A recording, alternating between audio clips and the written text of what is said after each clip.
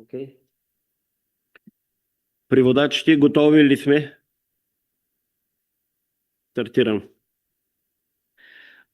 Искам да поздравя всички вас, които сте Good тук. morning and welcome. Welcome everyone. I want to welcome everybody who is here in Krakow, in this room, and all of the participants online. This is our final conference, which concludes our projects dedicated to the promotion of social dialogue in the European energy sector. I hope you are well rested, especially those of you who arrived a little bit earlier.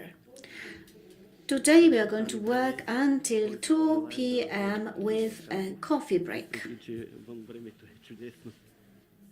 All of us would like to have a chance to do some sightseeing in Krakow, even though the weather is not particularly beautiful. What is the objective of our final conference? We are going to discuss the outcomes and the conclusions of our final reports, the research that we carried out in our partner states, as well as the content of the publications on social agreements and our online platform. So what we want to do is to share and discuss our conclusions, lessons learned, so that eventually all of us become wiser, more knowledgeable when it comes to the topic of our project. During one of our online meetings last year, our key expert, Professor Lazar Jowewski, who is here with us online, said that social dialogue is the expression of the positions of social partners as well as different social problems that we need to tackle. And this is something that we have been facing in our sector, in our energy sectors.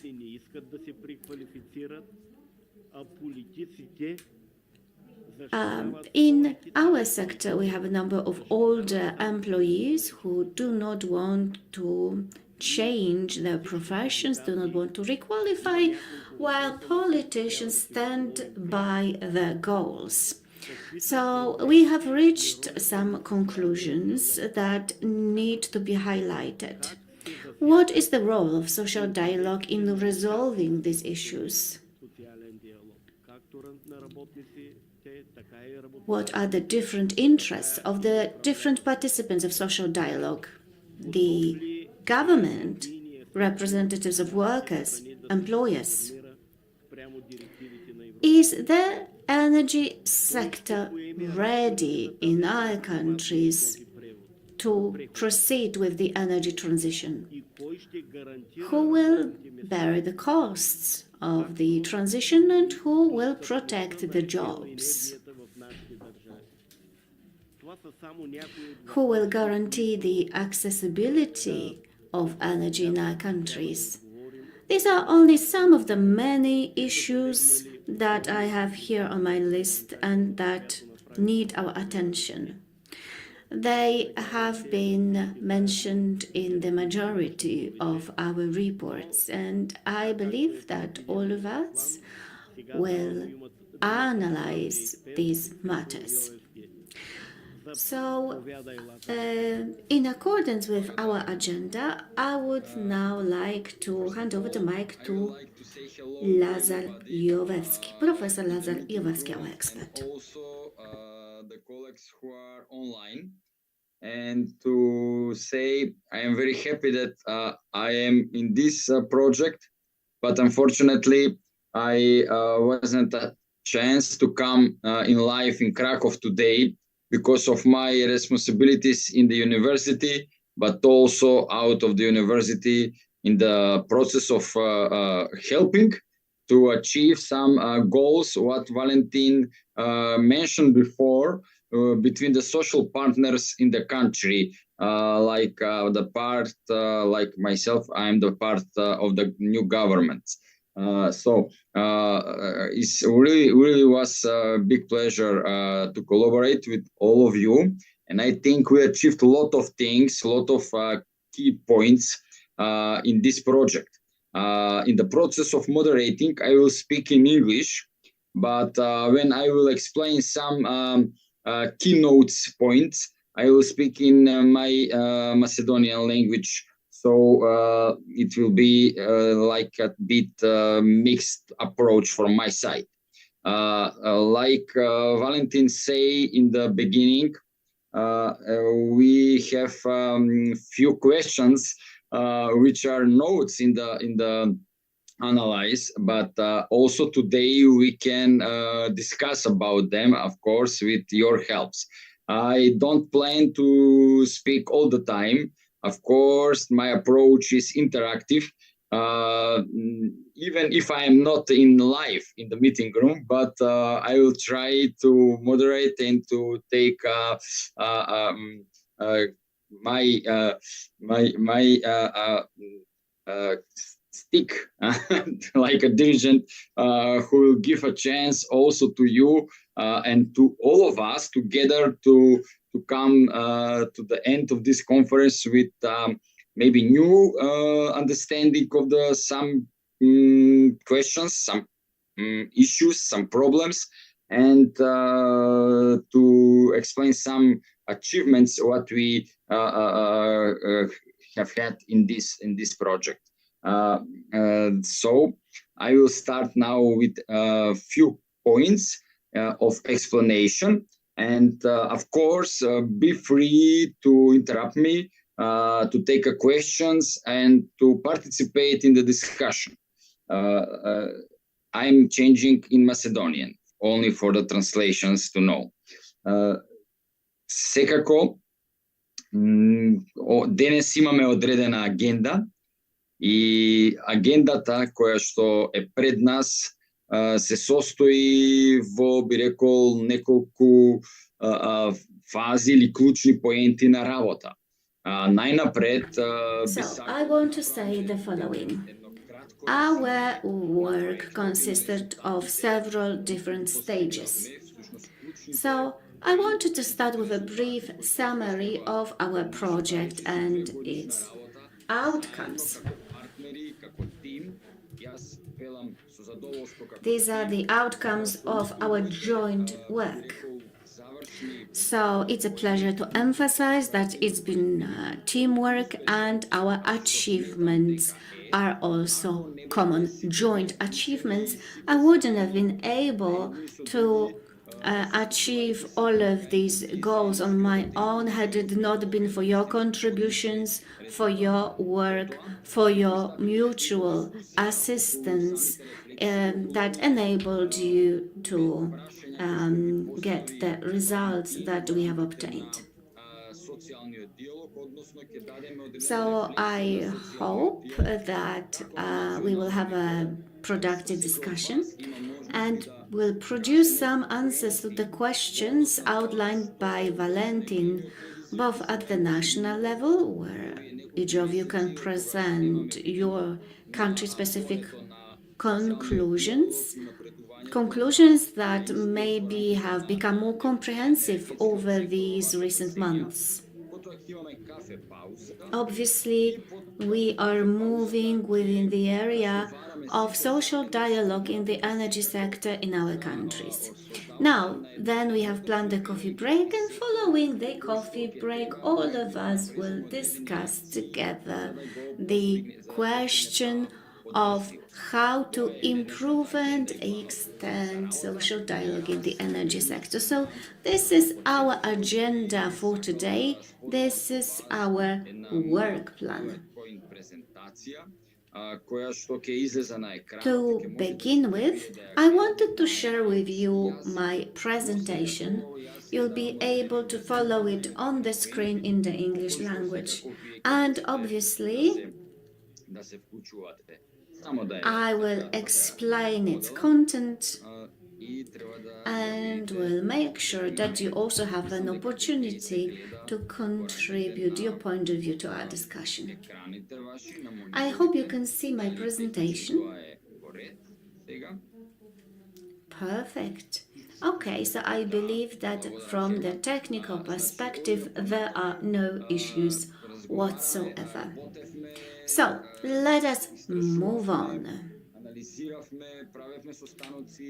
So, we are discussing our joint work, our meetings, throughout our project on the promotion of social dialogue in the European energy sector. I believe that this project has been really crucial, especially when it comes to the energy transition in Europe. All of the EU member states, as well as the candidate states planning to join the EU, such as Macedonia, such as, for instance, Montenegro.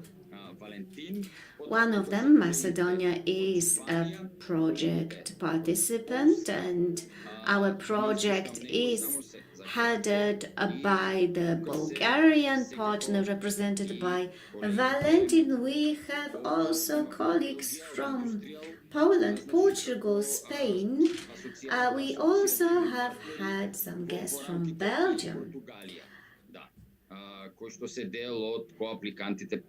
Yes, I believe I have listed all of the countries represented in our project. So, speaking about the context of the project, let me go back to screen sharing and my presentation. As I have said at the very beginning, something that I do want to re-emphasize once again,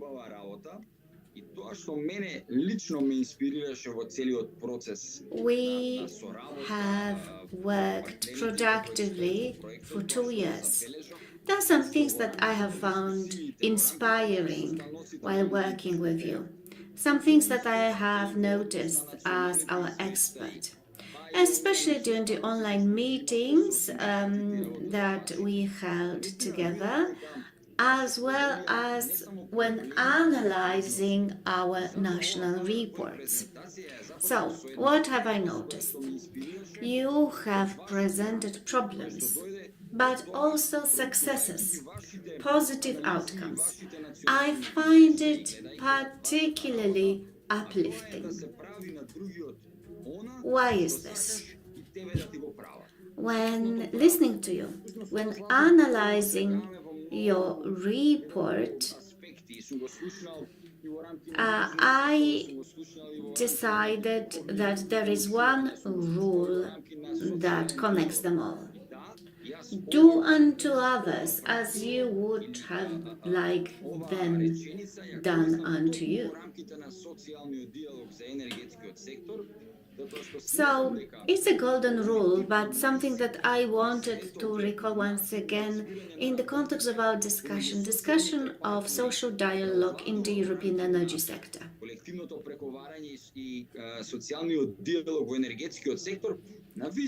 If this rule is respected in the social dialogue, answers to the questions that Valentin has presented would be simpler and would be better, not only theoretically, but as applicable solutions that could be put in practice. We cannot forget that we have different parties to the social dialogue, workers as well as employers, but also the representatives of the government. So we would love everything that politicians say to be applied in practice in reference to our citizens. Well, the time will tell if this becomes applicable. We have already presented some goals. We have presented some goals for the energy sector on the basis of our positive and our negative experiences that you as our partners have presented. Let me just remind you some of the project objectives, and the first and most important one was to strengthen social dialogue within the energy sector. Secondly, we wanted to promote collaboration between employers, employees, as well as different stakeholders. So we also wanted to include government in this discussion, and all of this is crucial to ensure the development of the energy sector. What were the outcomes, the results of our work? So first of all, we have improved communication channels between social partners. What have we achieved in the context of social dialogue? What have we achieved? Let me repeat those words once again. Maybe I will stop sharing the presentation for a moment, because I wanted to read out a list of our activities. It's not a short list at all, so let me congratulate you and thank you for all of the things that we have achieved over the 2 years. It's been a teamwork, and this is why we have achieved so much. So, we started with our typical meetings. So, we have set out our objectives, determined our methodology comprising analysis, research. Then, all of the research was carried out. Its results were presented in the form of national reports. All of the countries organized focus group meetings with local experts. As a result, we presented information about the situation in particular countries. The research was based on the work methodology that we defined beforehand. In September 2024, we held one meeting online, and we dedicated a lot of time to this topic. Now, the national publications were prepared afterwards. I was one of the people involved in the process. So the Macedonian presentation had as many as 50 pages. The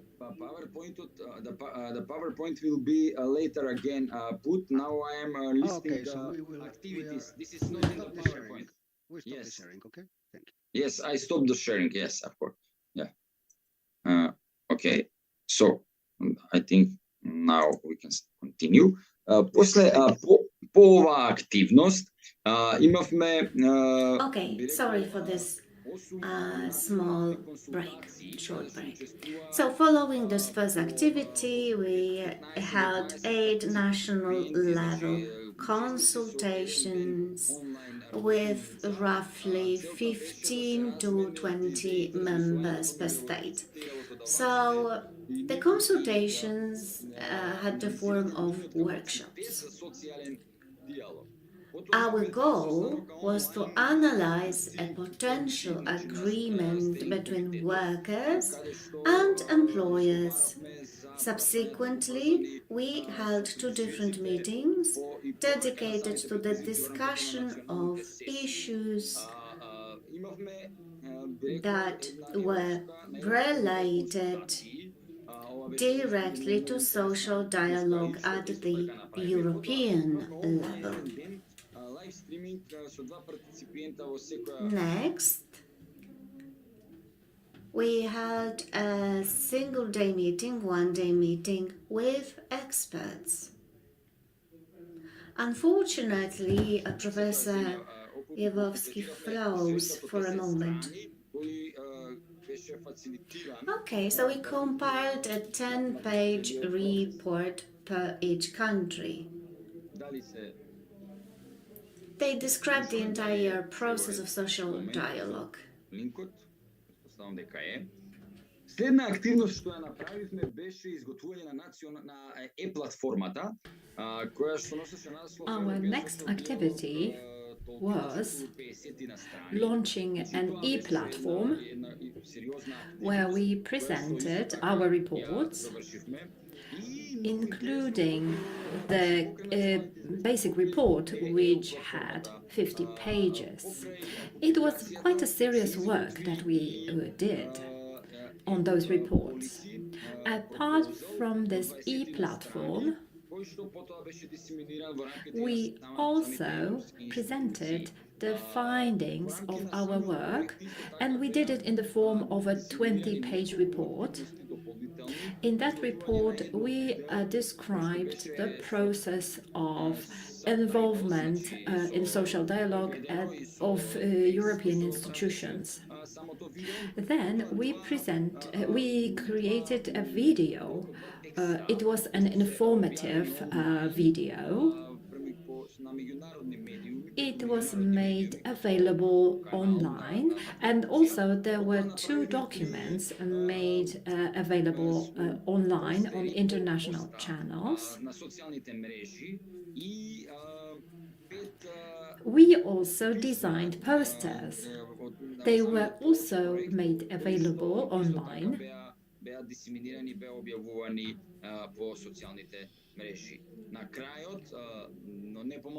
And we produced some written material that was published across our national networks. And here we are at the final conference held for our project. And this is the time to summarize what we have done, what the findings of this project are, what we have achieved, what the key conclusions are from this project. And within this short span of time, a couple of minutes, I am trying to squeeze in all of the achievements we made in those 2 years. Here, I was an expert for this project, but I must say that everyone contributed a lot to our project. It's unprecedented. I don't see that in other projects. Everyone was involved in a number of different activities, and I believe we achieved the key objective of our project, which was to create an important impulse for all stakeholders and all participants of the social dialogue process. So you, dear partners, and me as an expert, we all contributed to that achievement. I believe that we actually achieved what we set out to do in the beginning. And we not only achieved the objectives of the project, we actually went an extra mile, so we did more. We've been using some communication channels that we formed, and it was very crucial for our collaboration. We communicated a lot, and that's why we were able to resolve some issues.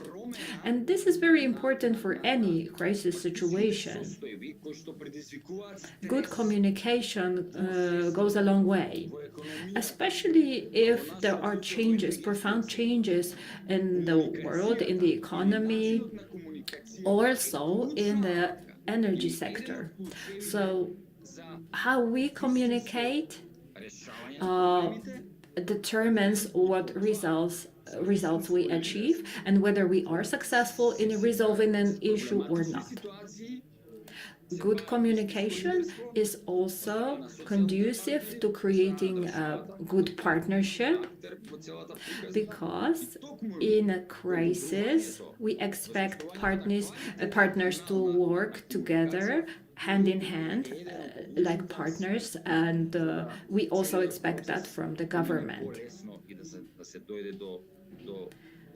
So, this good communication leading to good collaboration will help us overcome crises in a better way and achieve better results. I also believe that there has been some improvement in the decision-making processes, and this was an important goal we set ourselves. I believe these capabilities have also been strengthened. Let me remind you that we came to a conclusion that in the European energy sector, the decision-making processes in a critical situation must be based on efficient communication and must be based on everyone's involvement in the decision process.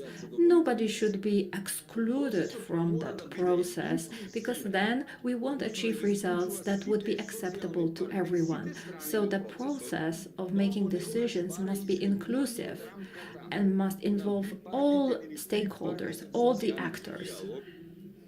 And this sometimes requires parties to go beyond a bilateral or trilateral dialogue and to be more flexible.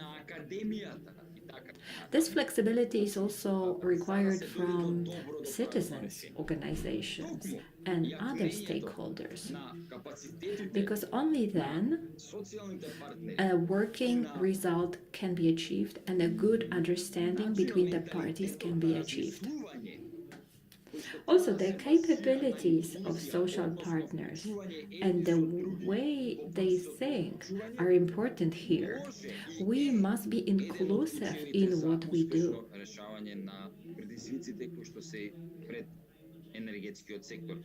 This is not only possible, this is a condition for us to be able to reach an agreement in a social dialogue. And this is what Valentin mentioned also. He has mentioned ways in which we can resolve issues in social dialogue. And he also told us about the important role of social dialogue. Valentin also stated that when the trade unions are involved in the decision-making process, that is a crucial step. And if trade unions are assigned an active role and they are supported by the legislative framework, we will be able to expect good results in the end. But this prerequisite must be met. And the role that trade unions play here is really invaluable. And this is the only way in which we can not only reach good results, but we can also make good, efficient decisions. One cannot expect to make a good decision if you exclude some parties at the European level or at the national level. this will do no good. This will not be good for social dialogue, and in this way we won't resolve any of our issues. We must also focus on the politicians. We must include them in social dialogue as well. Sorry, not the politicians, the policies. Perhaps we will need to come up with good policies. And this project has enhanced our capacity to resolve all the challenges we are facing. And this project, unlike other projects, led to the creation of a document with policies that are applied in social dialogue. So this document is one of the project deliverables of this project. I believe this document enhanced our capabilities and it opened the door for many social partners to be able to work together in a collaborative way. In social dialogue, if we focus on this citizen level, and if we look at the social dialogue in the energy sector, then we will notice one thing: a combination of interests of the different parties involved, the workers, the government, and the employers. But also, there is an important element we cannot forget: the policies which are created through that dialogue. This type of sectoral social dialogue or citizen social dialogue puts a lot of pressure at the national level. And such policies, I could even call them national policies. I believe this objective has also been achieved.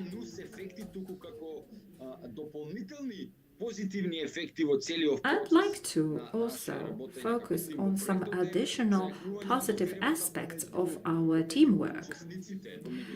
What I mean here is that we strengthened the trust between social partners of social dialogue.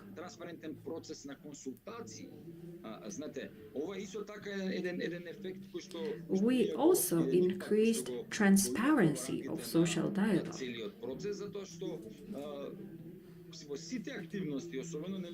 I believe we achieved this throughout the entire project implementation, and we did that through our online meetings and our in-person meetings.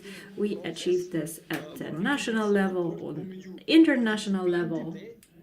We held consultations between different partners involved in the process who were representatives of trade unions and who are also representatives of employer associations. There were some additional factors, and they led to the creation of a roadmap of our collaboration.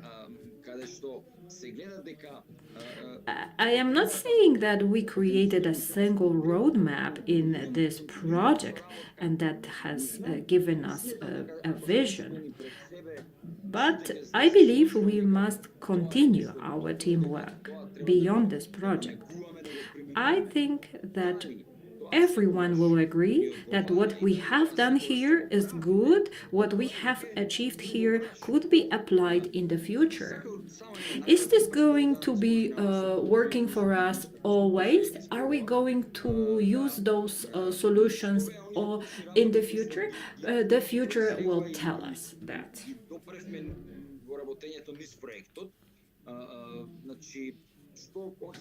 What capabilities have we created here? What were the benefits that we identified in this project? I've mentioned this in the beginning, but I believe that social dialogue has been strengthened and Thanks to that, it stabilized the sector and it created a single partnership for problem solution. At the same time, we involved the social partners in a full-fledged social dialogue. And this led to the reduction of conflict situation because we have taken some preventive measures. As a result, many conflicts did not even come to exist because they were simply prevented. So capacity building is very important for the decision-making process.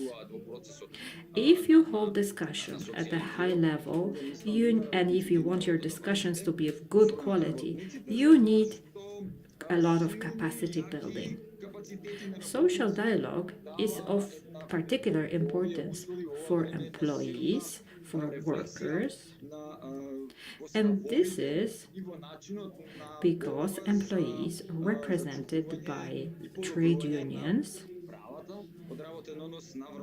take decisions that help us fight more effectively for the rights of the workforce. And this is the essence of trade union activity, is it not?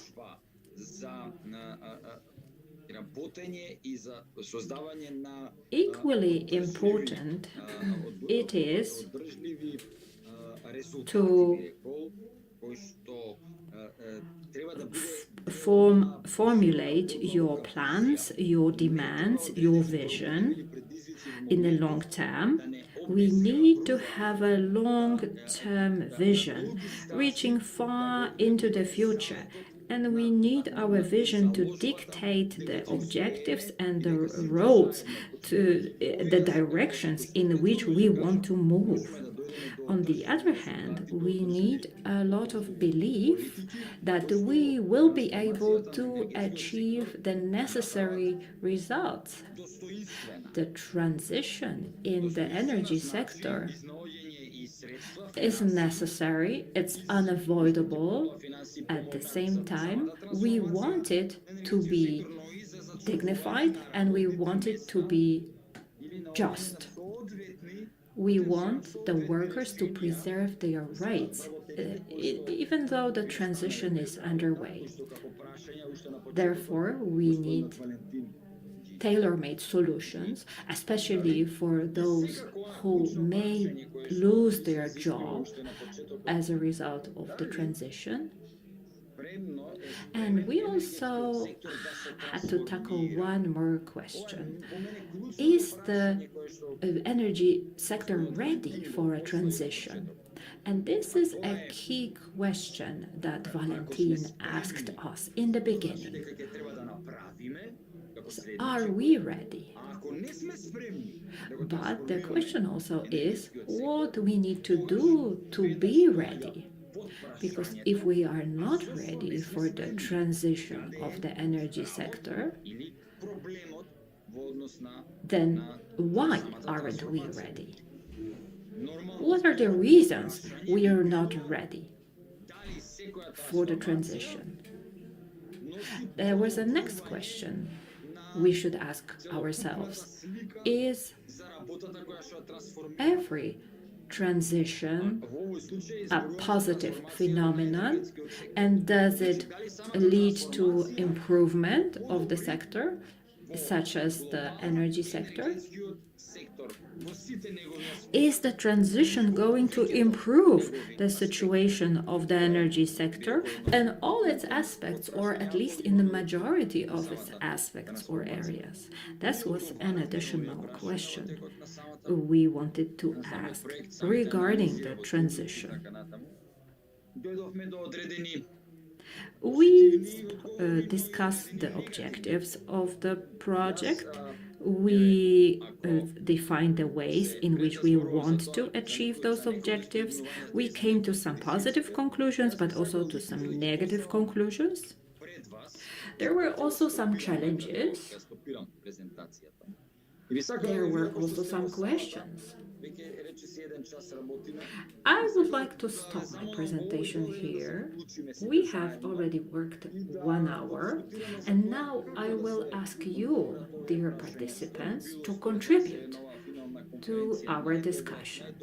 Let us start the discussion. Let us answer some questions.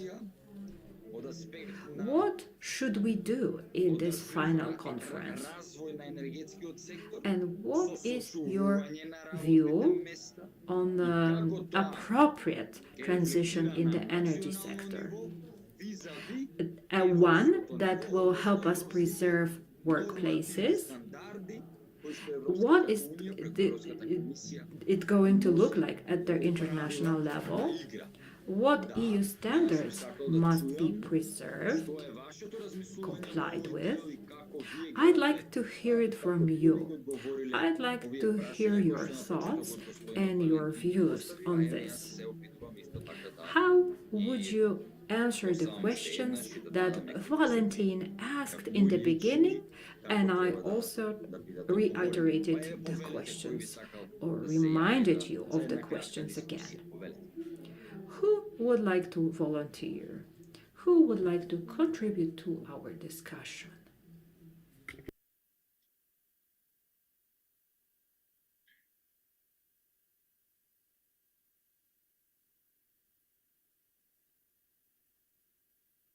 Дали би сакал некој тука да се вклучи? На национално ниво, отприлика, кои се вашите заклучоци во однос на главните... Would anybody like to speak, presenting the conclusions at the national level, presenting their own opinions, novelties, news from your countries? Over to you now.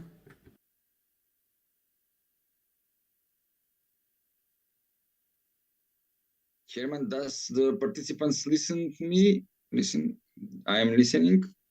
So wait for interpretation a little bit. Okay.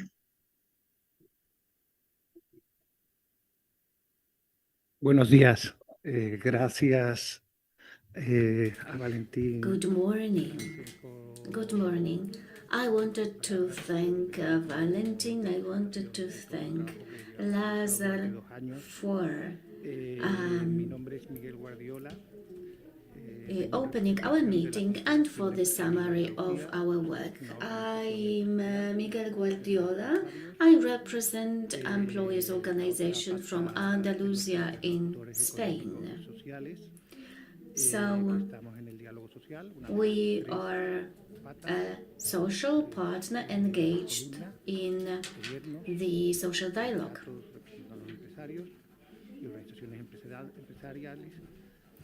Obviously, we collaborate with trade unions and with the government.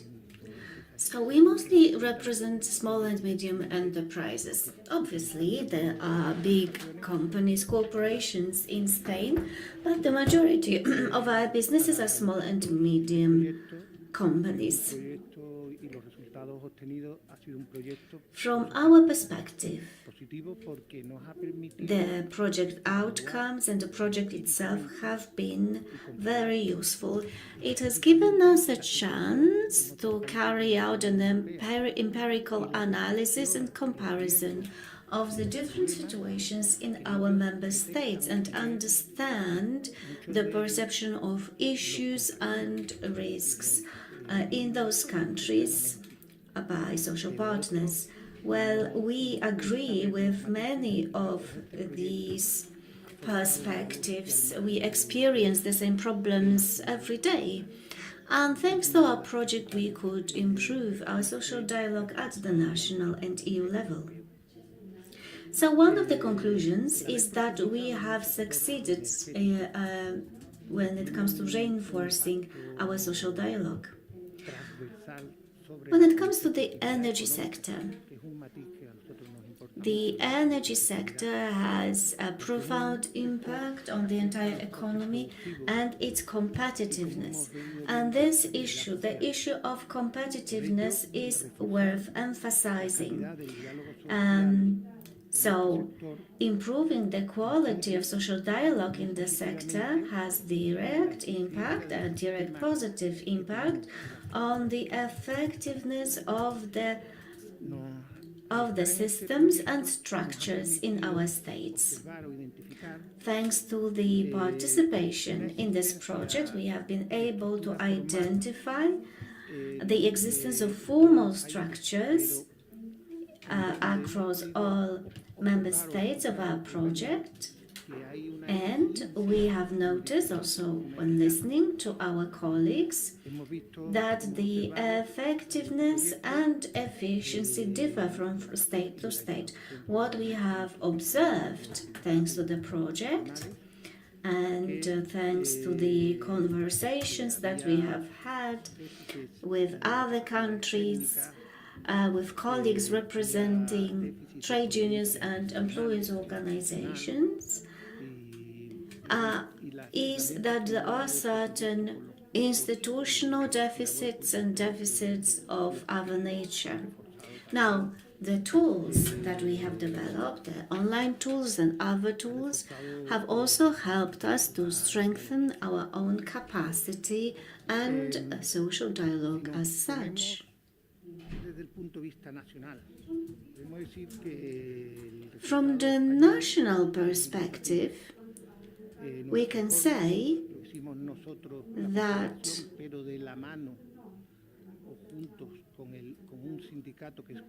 we have worked together with Comisiones Obreras. It is a trade union from the industry sector. We work together on our report. What have we noticed? We noticed that in Spain, at the national level and at the level of autonomous communities, the social dialogue quality is good, but social dialogue is missing locally. There's a lot of diversity if you analyze the country region by region. Our region is quite large. We have 9 million inhabitants.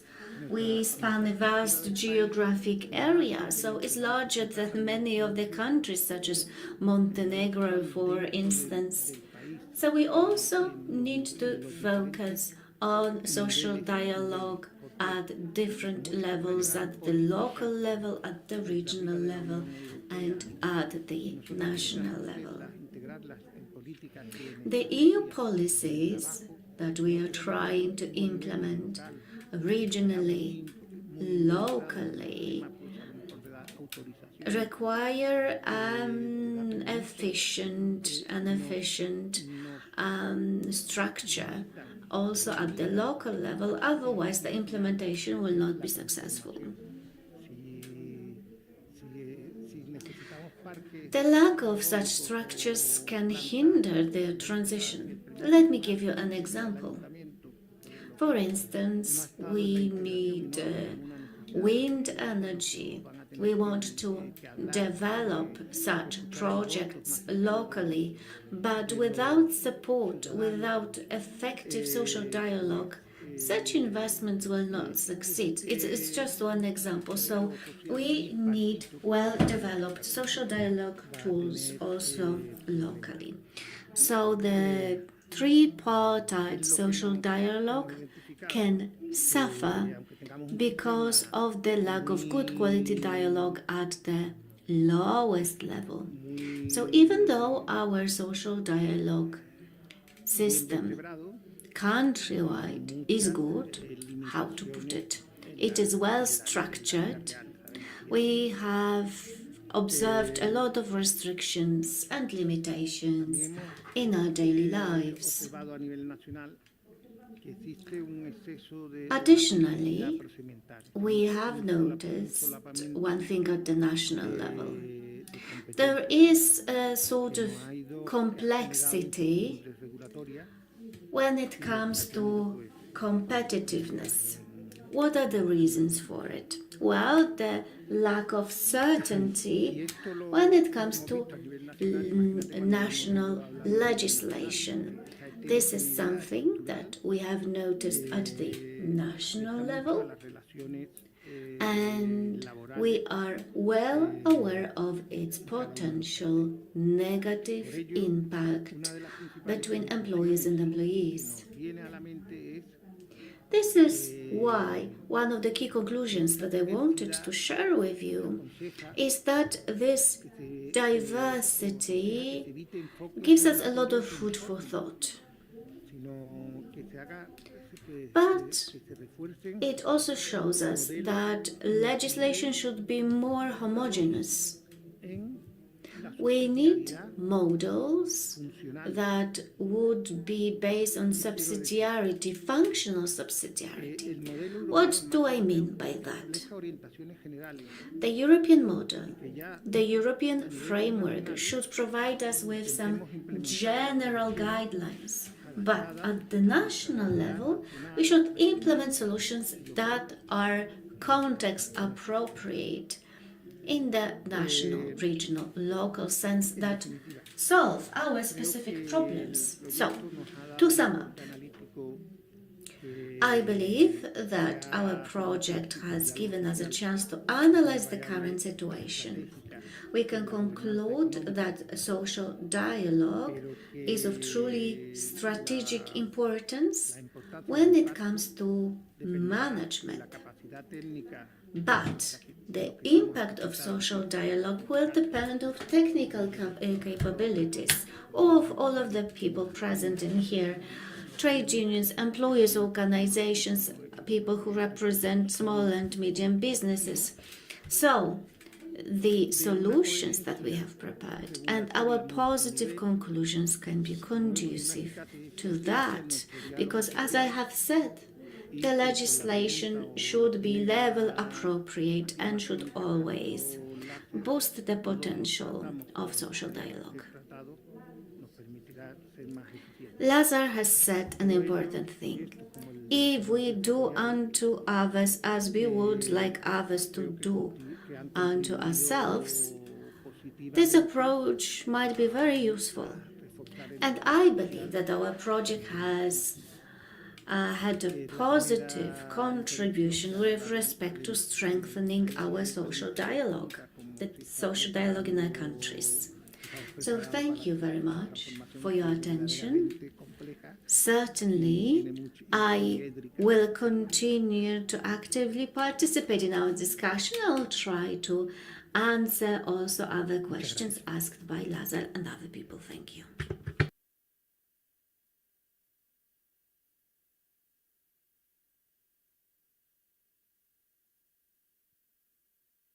Witam serdecznie. Good morning. My name is Artur Wilk. I represent the energy sector based on hard coal. I represent the producers of energy. I am a member of a trade union and I am a head of a team dedicated to the issues of just transition at my confederation, PEESD. So I know a lot about the situation of national and local companies based on the information that we have collected as a trade union. So going back to the question regarding the outcomes, the results of our project. I believe these projects like this one are very useful for our state because over the last 8 years the main narrative was that everything is being imposed top down by the European Union. This was the information that was fed down to the employees, that all of these things were required by the EU. Now we know that some decisions were taken behind our back and we were simply informed. We now see that other countries have had to tackle the same issues, but they have managed to resolve these matters differently by resorting to social dialogue. So, in our case, the narrative that was produced for the purposes of the EU, the calculations made with regard to the coal industry in Poland. These two things were absolutely not reflective of our reality. Our energy sector is based on coal. Today we are talking about closing down coal-fueled energy plants, but we have forgotten mines and other sectors, industries that rely on coal. Steelworks, automotive industry, chemical industry. We used to produce the best exhaust systems, the best cooling systems for cars. These plants have already been closed down and the jobs have not been replaced. Everybody is only discussing severance payments, so a financial bonus to leave one's job. So for people who are middle-aged, well, some of them don't speak foreign languages. They are not familiar with new technologies. They don't know how to work online. They are facing a lot of problems. Let us consider the chemical industry. So this industry is really needed for our economy. Our units meet all of the European standards, but today we are closing them down because you need to switch to a new source of fuel, even though we do not have new power plants using alternative fuels. We guarantee that the jobs will be lost. Let us now think about products made of plaster. All of these products are produced from the dust that is being captured. We also use these side products of energy production to build roads. The prices went up when the supply decreased. And then we also have energy supply shortages in some specific hours. For instance, between 3 and 7 p.m. There's no wind, no sun. What can you do? If you want to launch a coal-fueled plant, you need 2 or 3 hours. So today, it is best to keep this unit going. According to the EU system, we should keep it on standby. But realistically speaking, today in Poland, we do not have enough resources to produce energy in a modern way. We do not have nuclear energy, not enough gas-fueled plants, we do not have gas speakers, nothing. So we will have it in the period 27-28. But as of today, we have no guarantees that the gas supplies will be stable. So we continue to be dependent on gas hubs. We do not have any modern hydrogen-fueled plants. This technology is not being used at all. Central heat is mostly produced in Poland together with electricity, so there will be no heat. So we will need gas to fuel local plants that supply heat as well. We have no storage system that would be sufficient.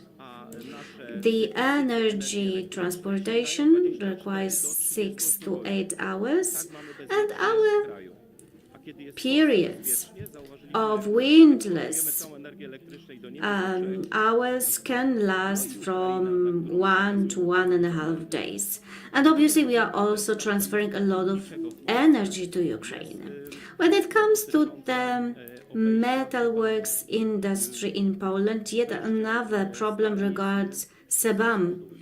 So steel from the east, from Ukraine. The steel plants that used to rework the steel used our electricity, but we cannot guarantee that the energy supply will be stable. So our plans are not certain. We don't know how much coal we should purchase, how much energy we will produce, and today we cannot even do any maintenance work regarding our unit. No CEO will proceed with an overhaul of a unit because they will be laid off. So without the support of EU, without regulating certain issues for the years to come, we will be facing serious deficits, serious layoffs, and many people will not be able to find employment afterwards.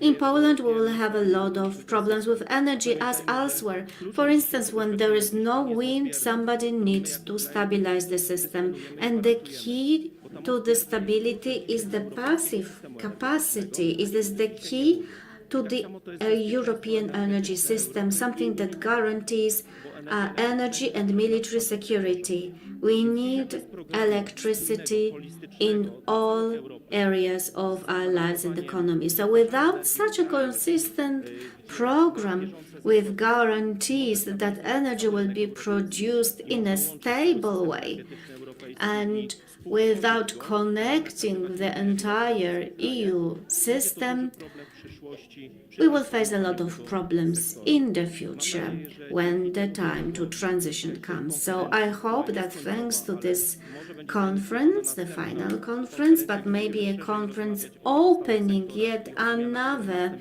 project where we will have a chance to discuss the changes that are in progress, we will contribute to creating rules that are based on common sense and that stabilize our job markets. Thank you.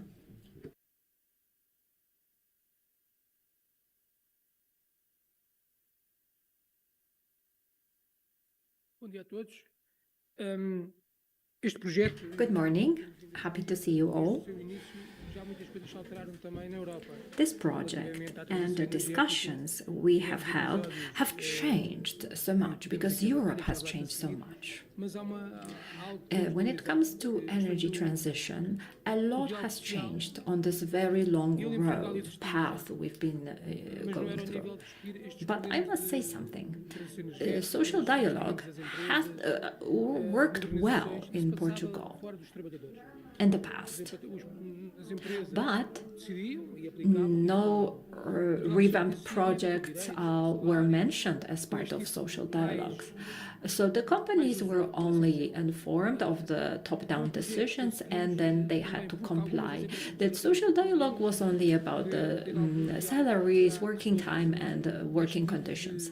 But new problems emerged, and thanks to this project, we were able to introduce energy transition as a topic for discussion as part of social dialogue.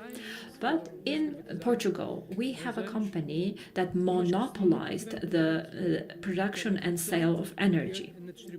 There is virtually no competition when it comes to sale, production, or distribution. This is our reality in Portugal. For the past 10 or 15 years, new entrants came to our market from Spain, Edesha and Iberdrola. These are companies from Spain. So there is a separate company that generates energy and another one that distributes energy, but they virtually have no competitors. Well, when the energy transition started,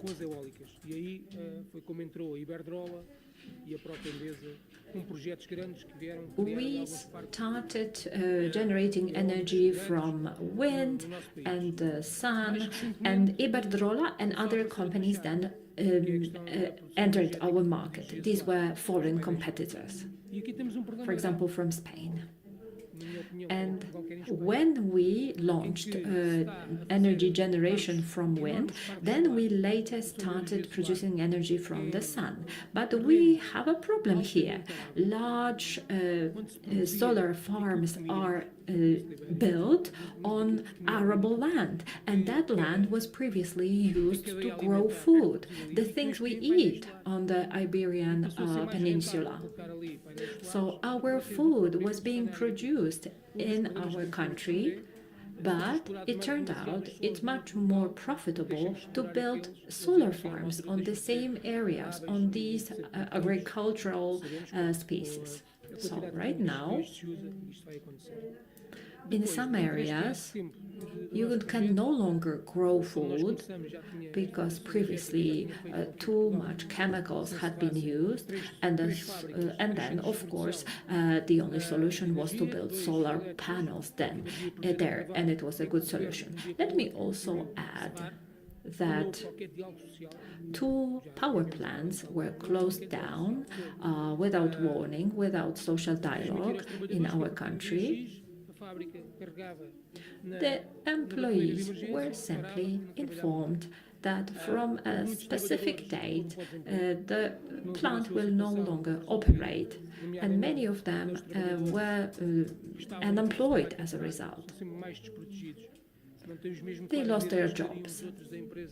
Others found a job in a different company, but they do not have permanent contracts. For example, there is EDP, and it's one of their energy companies, and they laid off their workforce, and they got some severance pays, but some chose early retirement, for example, 5 or 6 years earlier. And then these employees were not considered sacked employees, they simply were considered to be employees that chose early retirement. And we cannot even quantify the numbers of these people. And another example is Siemens. That's another company. When the plant was closed down, only 32 employees were covered by a national program. Just 32 people, while 160 other people were left without any support or help.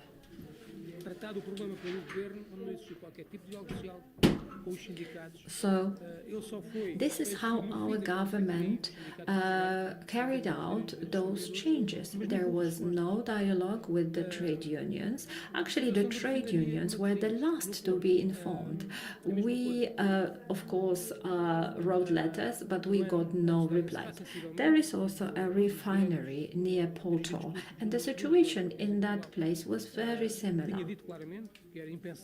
One of the key politicians in Portugal stated publicly that it was not possible for the government to make such an important decision regarding a very important refinery without social consultations. And this refinery used to make products that were then used to make asphalt, etc. So it was a very important plant, this refinery. In the end, our government, on the New Year, on the Christmas Eve, made a decision together with the owners of that plant that starting from April people would be laid off because the refinery would be closed. So 1,500 employees lost their job.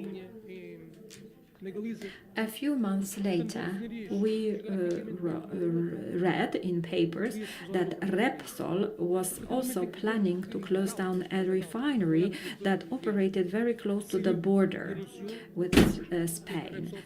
And there was a very similar company operating in that area.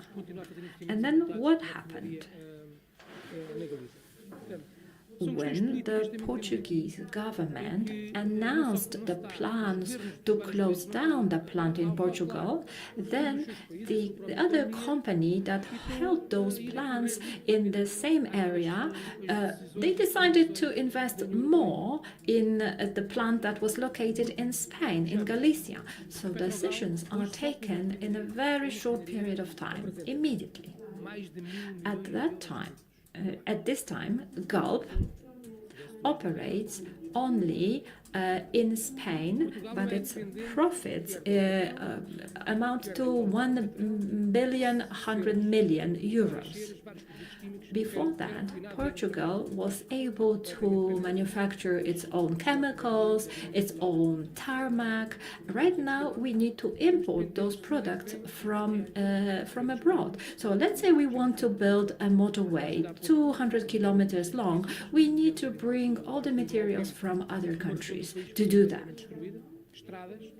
Recently, you probably have heard, part of our country was completely destroyed by floods, and one of our motorways was also destroyed. In the past, we could have been able to resolve this issue easily, having our own tarmac, asphalt, and other products. Right now, we have to import these products from abroad at a higher cost. Coming back to the topic of energy transition, many topics are forgotten here. We are not opposing energy transition, but look at the aftermath. Look at the results. Out of 16 refineries in France, only 8 remained, and many of the operations were moved to Africa. So actually the same amounts of CO2 are produced, but in a different part of the world simply. Of course, Europe needs to and wants to cut down on CO2 emissions, and we can do that, of course. We can implement the strategies. But the relevant decisions must be taken at the world level. We won't be able to have clean and green Europe. At the same time, Africa is being polluted by all the operations that we moved there. That's an important issue to remember. Right now, many things are happening in Portugal, and I believe also they are happening in Spain.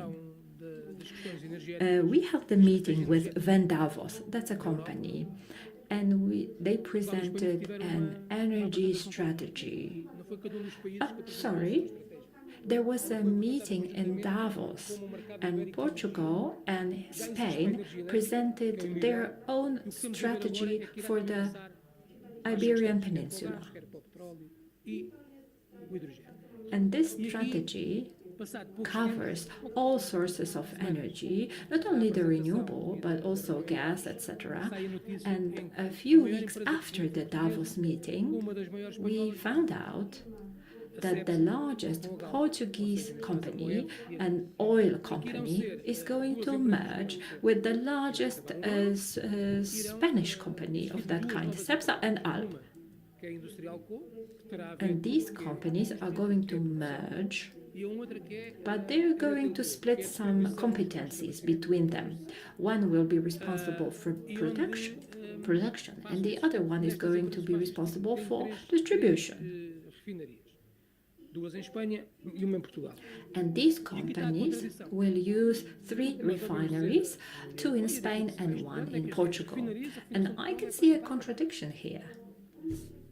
In the EU, we say that we need to decommission our refineries, and 8 refineries were closed down in France. When the refinery in Matosinhos near Porto was closed down, we heard the same story. Right now, what we are hearing that Cepsa used to have 1 refinery, now they're going to have 3. Repsol is also going to increase their number of refineries. So the strategy has somehow changed, but why are we not hearing about this? And we are seeing these news in the press. And actually the same is in the hydrogen market. We heard the same story about the refinery in Huelva. Right now, a decision is being made where to open a new refinery. And we've heard one of the options to find a place to manufacture hydrogen is in Sines. And from Sines, hydrogen will be transported to Germany. Recently, we heard that hydrogen is going to be produced in Sines and then it will be sent to Germany. Why is it going to be sent to Germany? Because they are struggling in Germany with energy production. The war in Ukraine broke out, and we saw that the EU cannot defend itself from any new developments, any new unexpected situations. And this situation has been exploited by the US. So right now, instead of buying gas from Russia, we are simply buying gas from the US. And Europe has not found a good solution. And in all these processes, there was no social dialogue. Decisions were made and announced by individual companies. Let me come back to the refinery in Sine. The government holds 10 to 15% in that refinery, and they are not communicating with the staff at all. And also, let's remember about this merger between Cepsa and Galp. The government holds a 20% stake in that company. So we approached the government and we asked them about their future plans. And what are the plans for these two companies, but also for the individual regions? The government has not responded. They have not called up a meeting with us. They have only done one thing. In response to our letter,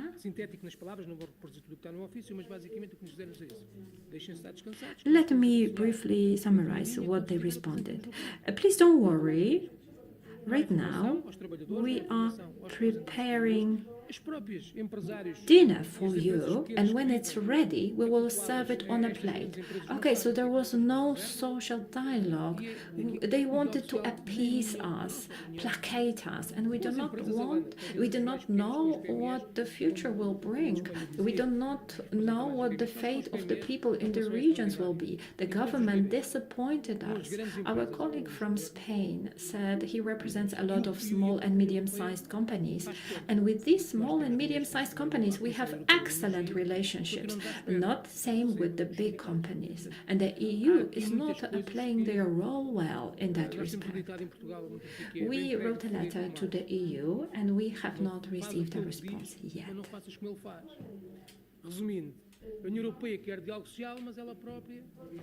The Portuguese government is also disappointing us in terms of communication. So the EU is promoting social dialogue, but this is not seen anywhere. No social dialogue is happening anywhere, as we see. Така, и аз искам няколко думи да кажа относно... Yes, so I would like to say a couple of words commenting on what is happening in our country, in Bulgaria, when it comes to the energy sector and social dialogue. I wanted to start with what Artur has mentioned, so just transition. When you were describing the situation in Poland, I had the impression that you were describing the situation in Bulgaria, because the problems that arose in Poland are actually the same as the ones we are struggling with in my country. All of us know that in the past we used to produce all of our energy by fueling coal, by burning coal. There was a lot of coal and a lot of energy available to everyone, for the economy and for our residents. And the prices were accessible. But what has happened over the last years? All of you know that during the previous online meetings, we discussed the EU directive on just transition. We started discussing it 2-3 years ago. We said the transition must be just so that no worker is left behind, so that no worker is left jobless, payless. Is it really so? Has the energy transition progressed in this direction over this period? Let me tell you what the situation is like in Bulgaria. Over the last 2 or 3 years, we have invested a lot of funds in PV. Now Bulgaria is one of the leaders when it comes to solar installations. The funds have been spent. We are talking about billions. And a significant portion was spent on PV plants and on energy storage. But this winter has been very cold and some issues emerged. And the issues were related specifically to energy. The fact that these PV plants were constructed rather fast, at a very fast pace, was not in line with the weather conditions. The energy prices have increased, and over the last 2 months, just in 2026, Bulgaria that used to export energy has started importing it. Coal-fueling plants have had to cut down on production because of the high emission prices. Our nuclear plant has a lot of issues because one of the units, unfortunately, requires new fittings, new equipment, and there is war. There are sanctions, there are restrictions, and we need to buy equipment which is too expensive, not economically justifiable. Well, we do not have any gas-fueled plants, so the energy costs a lot of money, and we started to import energy mostly from Greece. But a portion of energy that we produce is sent to Ukraine. So the energy prices have become high for this reason. All of the businesses are facing problems. Over the last 3 months, there have been some social unrest because the energy price has increased. And we are talking about just transition, but despite social dialogue, the changes are happening too fast. Aren't we too quick with investments that are not thought through? There is a lot of sun in the summer. But in the summer, we do not have such a high demand for electricity. And then the PV plants, well, a lot of its capacity is redundant. But there are also other issues that affect transition. One of them is the lack of political stability. During our previous meetings, I've already discussed this problem. In just 2 months in Bulgaria, we will hold yet another election. That will be the 8th election over 2 years.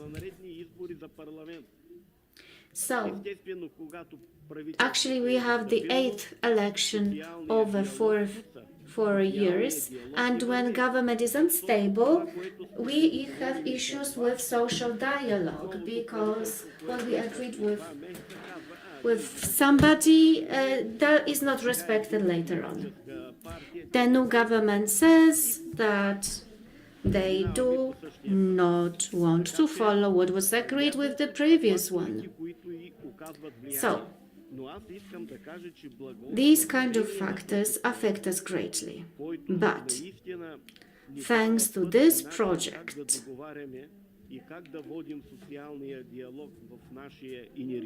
that shows us how to carry out social dialogue in our sector, following meetings with our members, with workers in our businesses, following the research that we carried out, following the focus group meetings, which was included among our project activities, we have been able to reach a vast group of workers. So also they had some questions, not only us as a federation. They asked, what is just? What does it mean? If the reforms, the transition is easier to implement in one state, where there are more resources, when some production branches could be restricted at the expense of another, that's fine. But we have also other states, more peripheral states, that are dependent on policy, that are affected by the war. And perhaps the European Commission should also take these circumstances into account. Should the price of emissions that is imposed by the administration in Brussels be that high, given the number of external factors that we've been observed, shouldn't this price is lower? And as our colleague has said,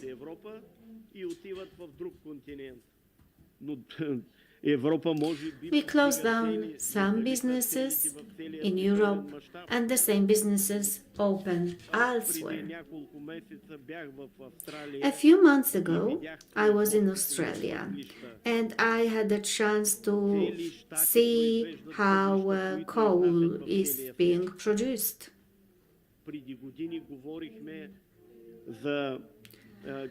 The entire regions that are dependent on coal extraction.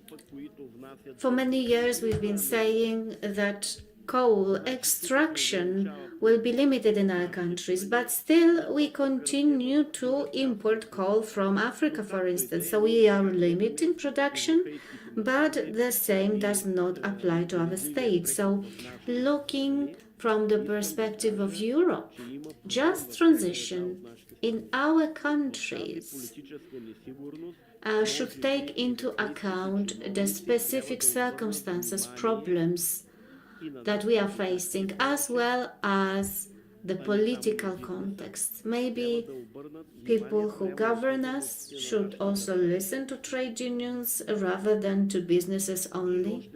So the specificity of our countries should be considered.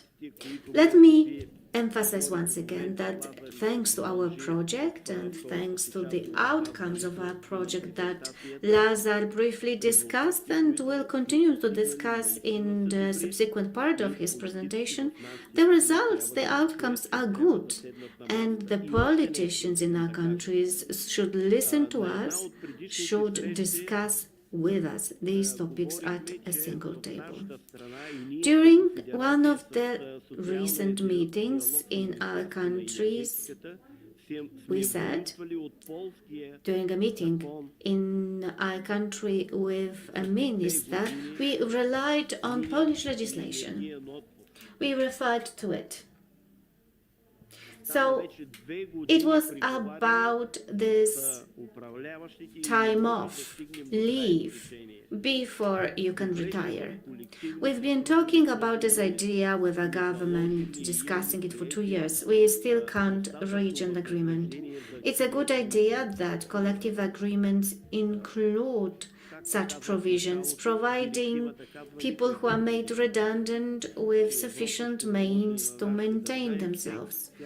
When I started my presentation, I said that nobody should be left behind. Everybody should be able to work and receive decent pay. But it is not our reality.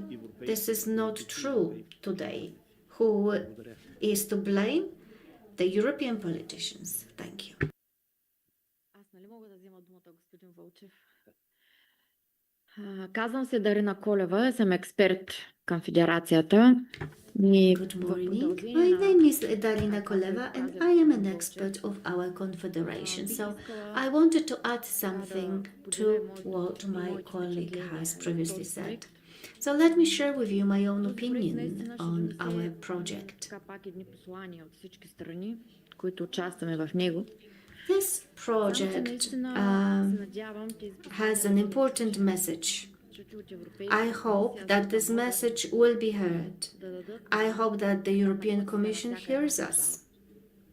Защото ние наистина имаме нужда от тези напътствия. Ние специално в България така трансформацията in Bulgaria are now in a critical phase of the energy transition. This transition is imposed on us and it's difficult. It is imposed on us because it makes part of the national policy, and this policy entails closing all coal-fueled plants by 2038. At the same time, there are some market regulations. There is the market reality. What are the consequences? Аз мисля, че трансформацията е едно такова понятие, което I believe that transition не е хубава дума в контекста is not the right word in this context. It is not the right word in the context of challenges we are facing. This transition is not a just one in any way. It leads to closing down businesses, to the loss of jobs, the lack of security, and in fact, as a result, the people will leave our countries to look for employment elsewhere. Now, moving on to the context of the social dialogue. If it is to make part of the transition, we have to say one thing. I believe that these two concepts are not mutually consistent. They are not compatible. Social dialogue is to help us produce better quality collective agreements. But the transition has a number of different goals. These goals will create a lot of instability. As a head of a trade union, one of the biggest trade unions in one of the biggest extraction plant in my country that produces feed for the three biggest power plants in my country, I have to say that one of them has been closed. The second one is to shortly be closed down as well. We will be left with one power plant that is state-owned. Now, let us imagine what will happen.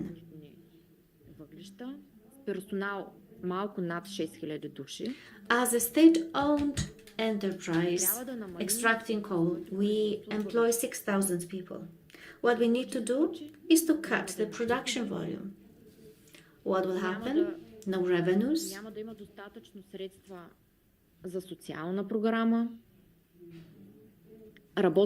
The lack of means, funds to finance welfare. Employees will feel insecure and they will not be able to plan their lives. So my question is the following. Right now, we want to sign a social contract. But the answer on the part of our employer is the following. We cannot guarantee employment. We cannot sign what you want to sign. социални партньори, зад гърба ни We 6000 души, are the social partners. как There are стигнем до 6,000 people that we гледаме represent. хората в очите и How are we supposed to look them in the eye може би and continue our work? How are we supposed to do it? социално недоволство. И ние ще излезем по площадите, за да се защитим работните места. Perhaps Ние искаме само единствено работа. we will start Тези to въглища не се protest, продават to на protect гише our jobs as well. и But затова all we want to do ние is имаме work. определени контрагенти. Няма как. След като тези We контрагенти have са business partners to whom we sell coal. спаднат If two of на them въглища, by now ние какво ще правим? are either out of the market or will have been out of the market soon, what will happen to us? Трудно се Yes, the social dialogue is being conducted, but we need some financial И затова backing to be able to assume some responsibility. водим преговори, сме изключително So I притеснени. myself, together with my colleague, we are in charge of the negotiations. Ще излезем на протести, за да се защитим работните места, да ни And чуят. perhaps we will need to take to the streets. We will need to protest to съответно ensure да that ни the чуят jobs Европейската комисия. are kept Аз си мисля, че and to ensure Европейската комисия that не налага такива our members have забрани work. и толкова скорошно I think that the European затваряне или намаляне Commission на производството is not the one introducing such bans when it comes to decreasing интереси, които coal-fueled production. This is the national policy. на работниците и служителите. National interests, decisions made somewhere that are not to the benefit of workers. Наистина ще допринесе за добри практики, So I hope that this project will produce some good practices that we'll be able to apply once we are back at home, back at work, in our companies. But what we да need гарантират is to have some clear procedures regarding decarbonization, а не so такава, that която this process is truly just интереси and not simply beneficial to the interest of some selected groups. цял един сектор. Така че благодаря и ще се включа The interest of the people who will, in the end, cause the entire sector to collapse. Thank you very much for your attention.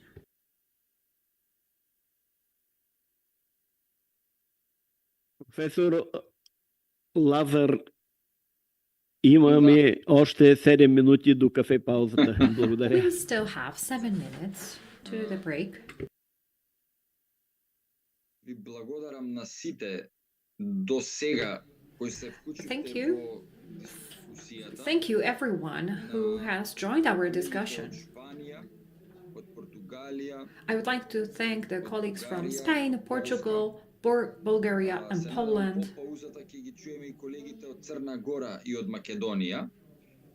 И морам да ви I кажам hope дека that we will be able to со сериозно hear colleagues from Montenegro and North Macedonia after the break.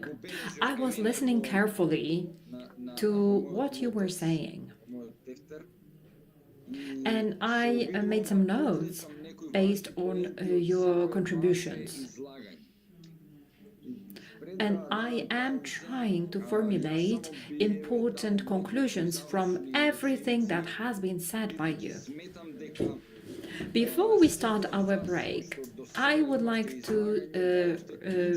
capture what we've said so far. I believe each of you has presented key problems that are essential for your countries. можеме да кажеме дека се On the other hand, you also formulated some conclusions that could be regarded as common conclusions for every country that takes part in this project. Valentin mentioned here that whenever he was listening to what the colleague from Poland was saying, he had the impression he was speaking about Bulgaria. And when we were listening to Valentin and Darina speaking, we realized the situation in the energy sector is quite serious. So all the information we exchanged at the beginning of the project, but also now, lead us to a conclusion that there have been some profound changes, significant changes happening. And this process, when we look at it from the perspective of working on this project, we can say the changes are rapid and the situation is changing quickly. Unfortunately, it is changing to the worse, not to the better. And this is a huge challenge that the trade unions are facing, but also the employers are facing, and the governments are facing. This challenge has to be tackled by us, by our colleagues from Bulgaria, and other colleagues as well. Miguel from Spain also told us about his point of view, his views on what's happening in Spain. Miguel talked about a few important matters. For example, he asked how Spain has tackled the important issues and questions, while other problems remain unresolved until the present day, making the situation quite dire for the workers. All of this leads us to a conclusion, but also to a lesson learned. Social dialogue is very important, and it's very important to develop social dialogue. Only in this way we can achieve tangible, measurable results. In some areas, we need to remain flexible. This is because there has been changes, there will be changes, and their capacities and the possibilities of countries can vary. Okay, what can you do for Poland and for Bulgaria? Well, definitely you can develop social dialogue to resolve specific issues. The next step would be to build a micro-plan, draft a micro-plan to help facilitate the transition of the energy sector in a way in which it would be feasible. Well, unstable political situation adversely affects social dialogue. And this was highlighted by Darina Koleva, but also by Valentin. So if your partner is unstable, if your partner does not give you the feeling of complying with agreed measures, then it calls everything in question. Is the social dialogue going to be effective at all in those circumstances? So some refineries are being closed down, while new refineries are coming up, popping up in other continents. And these other countries are not subject to so many restrictions in terms of energy from coal production and disposal and also emissions. So we are given quite restrictive standards to comply with in Europe. And for many coal-using companies, it's going to be a huge problem. And I gather from what you were saying that it is becoming a very serious problem for these companies. A colleague from Bulgaria has highlighted a very serious issue here. So that brings us to a question. Are there any double standards here? Or are there things happening in the background that we're not seeing? In our energy policies, we have to be consistent and we have to be transparent. And we need to be quite decisive because, as Miguel stated in the beginning, the energy sector is of crucial importance for every country.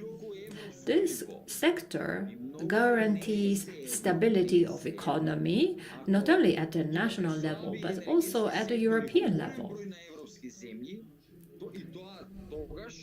And it makes a difference whether your energy sector is stable or not.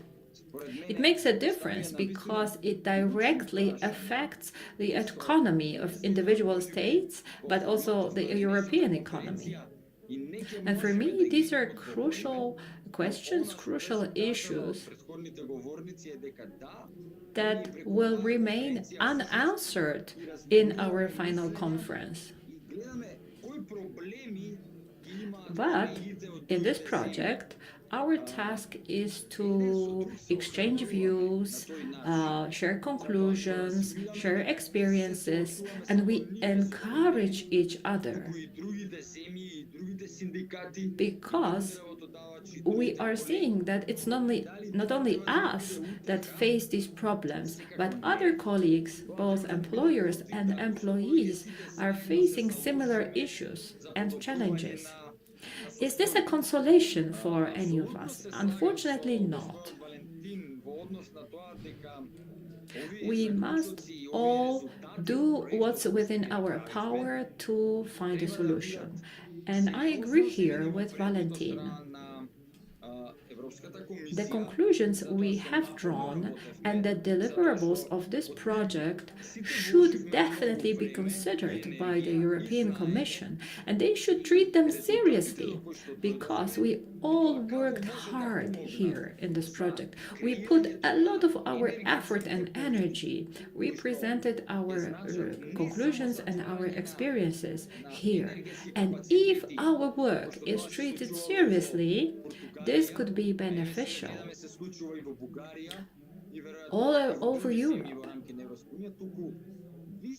And these problems are actually boiling issues and they need very quick resolution.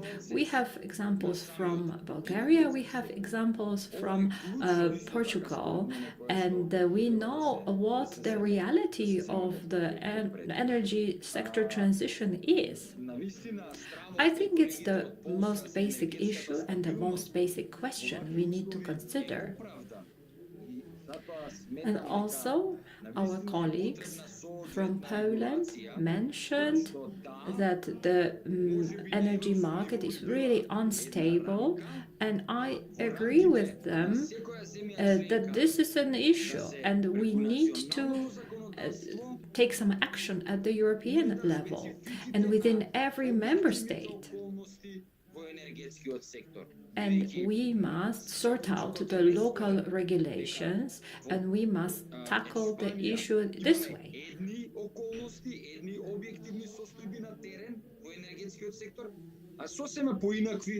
In Spain, for example, there are some specific problems within the reality of the energy sector, while Bulgaria faces other issues and their reality is also different. So I believe we have come up with some general recommendations and they must definitely be used to change the European laws. And we must also find a way in which each of our countries can go through the European transition in their own unique way. Is the European Commission ready to become more lenient in their position in response to your proposals and requests.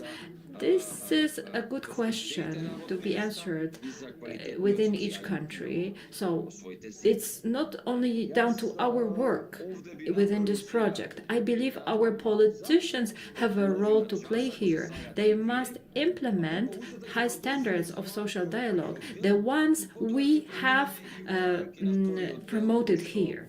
Now let's take a half an hour break. And afterwards, I will also say a few words, and then we will continue our deliberations, our discussions. I suggest we take a half-minute break, half an hour break, so that we can re-energize.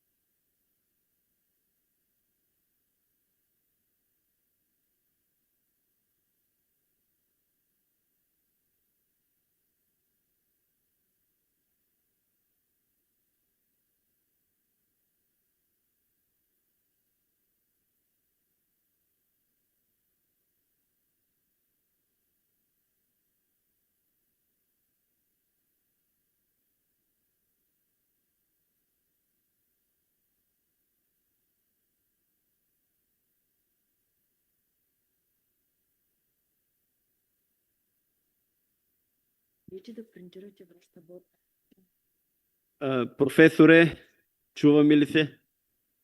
Да, се слушаме, Валентин. Да. Ми може да започнем. Заповядай.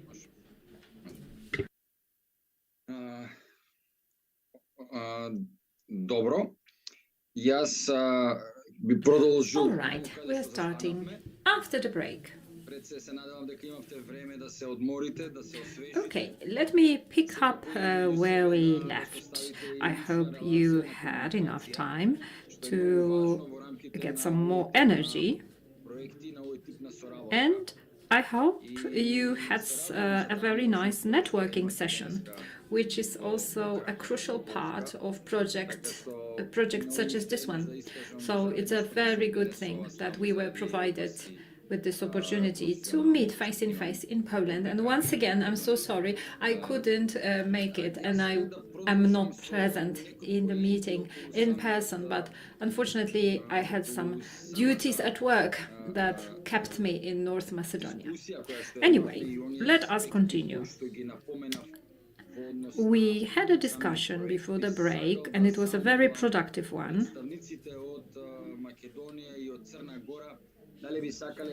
So, could please the representatives of Montenegro and North Macedonia to take the floor and perhaps share their views on the current situation in their countries? Are there any new developments? Are there any new challenges you need to tackle? You need to face in your daily work as a trade union activist. So, please, dear colleagues from North Macedonia and Montenegro, take the floor now.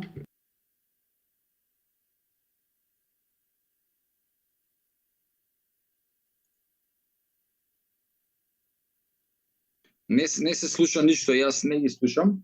Не знам дали има превод. I'm not hearing anyone yet.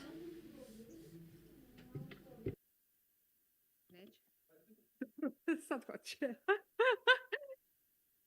Da li treba da ponovim? Znači, dobar dan, moje ime je Rumica Kostić, danas sam sa generalnom sekretarkom Suzanom Radulović. Good afternoon. My name is Kostić and I'm General Secretary of our trade union, of our employer association from Montenegro. We've had, our company dates back to 25 years ago, and we have a long-standing tradition as an employers organization.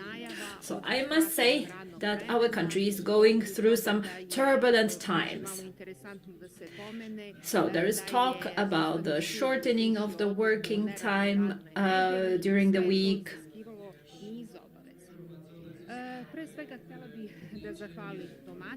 Free Sundays have been introduced, and later it was repealed by the Constitutional Court. I would like to thank our host. We always feel really good here. This project is very important for our country. Montenegro is a candidate country for the European Union.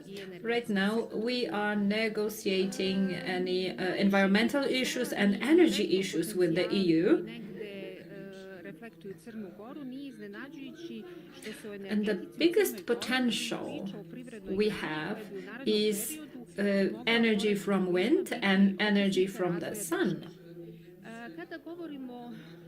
So this energy sector could be one of the crucial sectors in our country next to the touristic sector. As regards other types of activity, I believe that energy sector feels stronger than other sectors in Montenegro.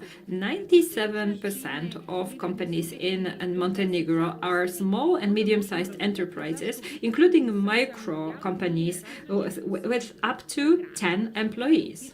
And it's understandable that social dialogue is not well established across all the sectors. Our social dialogue is not that strong. Let me explain why that is. We have a lot of state companies with the state as the major stakeholder, and some of them enjoy a monopolistic position in the country. And they have collective agreements in place. And on the other hand, we have some entities operating in the energy sector which actually trade in liquid fuels, and these are mostly filling stations where there is no social dialogue present to speak of. Well, recently we went through we started the green transition, so your experiences that you shared here are very important to us. Well, I am sure we are going to have a lot of challenges as a result of this green transition. We held a conference under the auspices of the International Labour Organization. There has been a report produced from this conference, and now we know where we are as regards our progress in green transition. The program for green transition was established in 2025 without any involvement of the employers or the employees. And only recently we were invited to take part in this program. So it's very important for us that green transition is also fair and just. The Secretary General is going to discuss the coal-fired plants because energy sector is very much based on these plants and it relies on the mines. And you will hear about the obligations that a company operating in this sector has. We held a meeting with representatives of the EU and of the ILO and with the Employment Authority.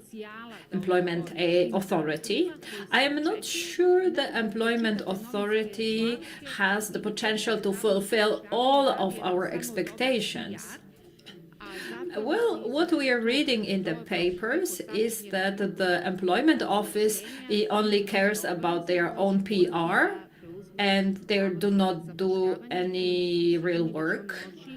And actually, there will be a lot of duties that the Employment Office will need to assume, but we're not sure they're going to be able to fulfill all the expectations and meet all the requirements.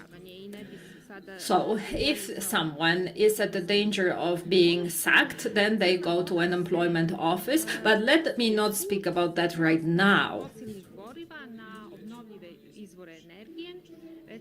Let me share with you some thoughts about Montenegro. We are moving from fossil fuels to renewable energy sources. I'm sure you've heard about the steel plant that was privately held. It was not in a good condition.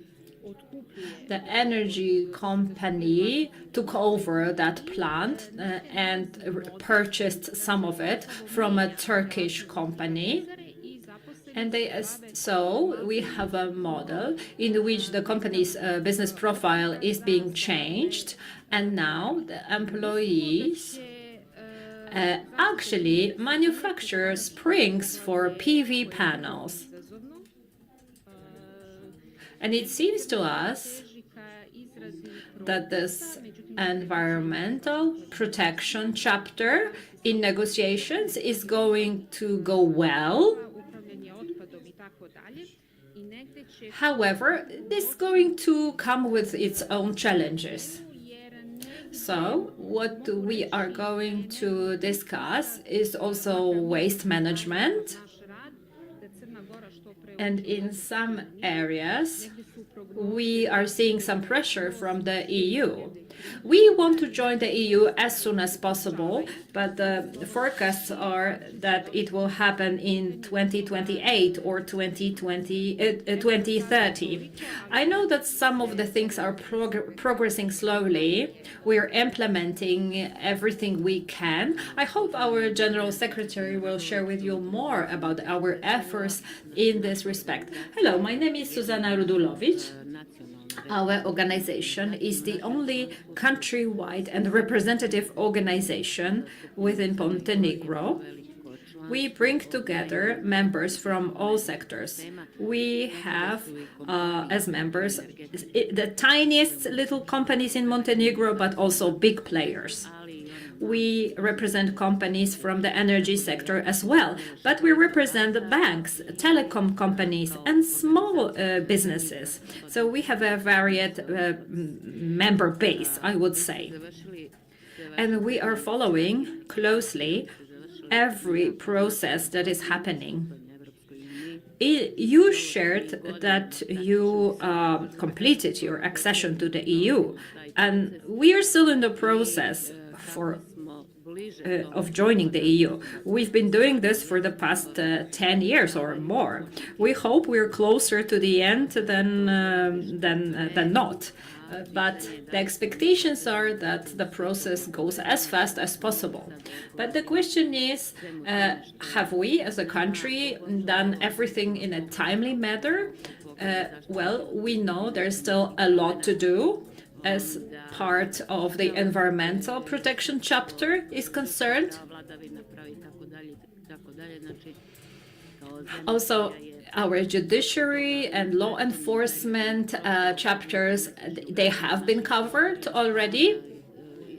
And our country has had a war in the former Yugoslavia. We've had several transitions. There was also privatization, change of ownerships, and adjusting our systems. So our country has gone through a lot.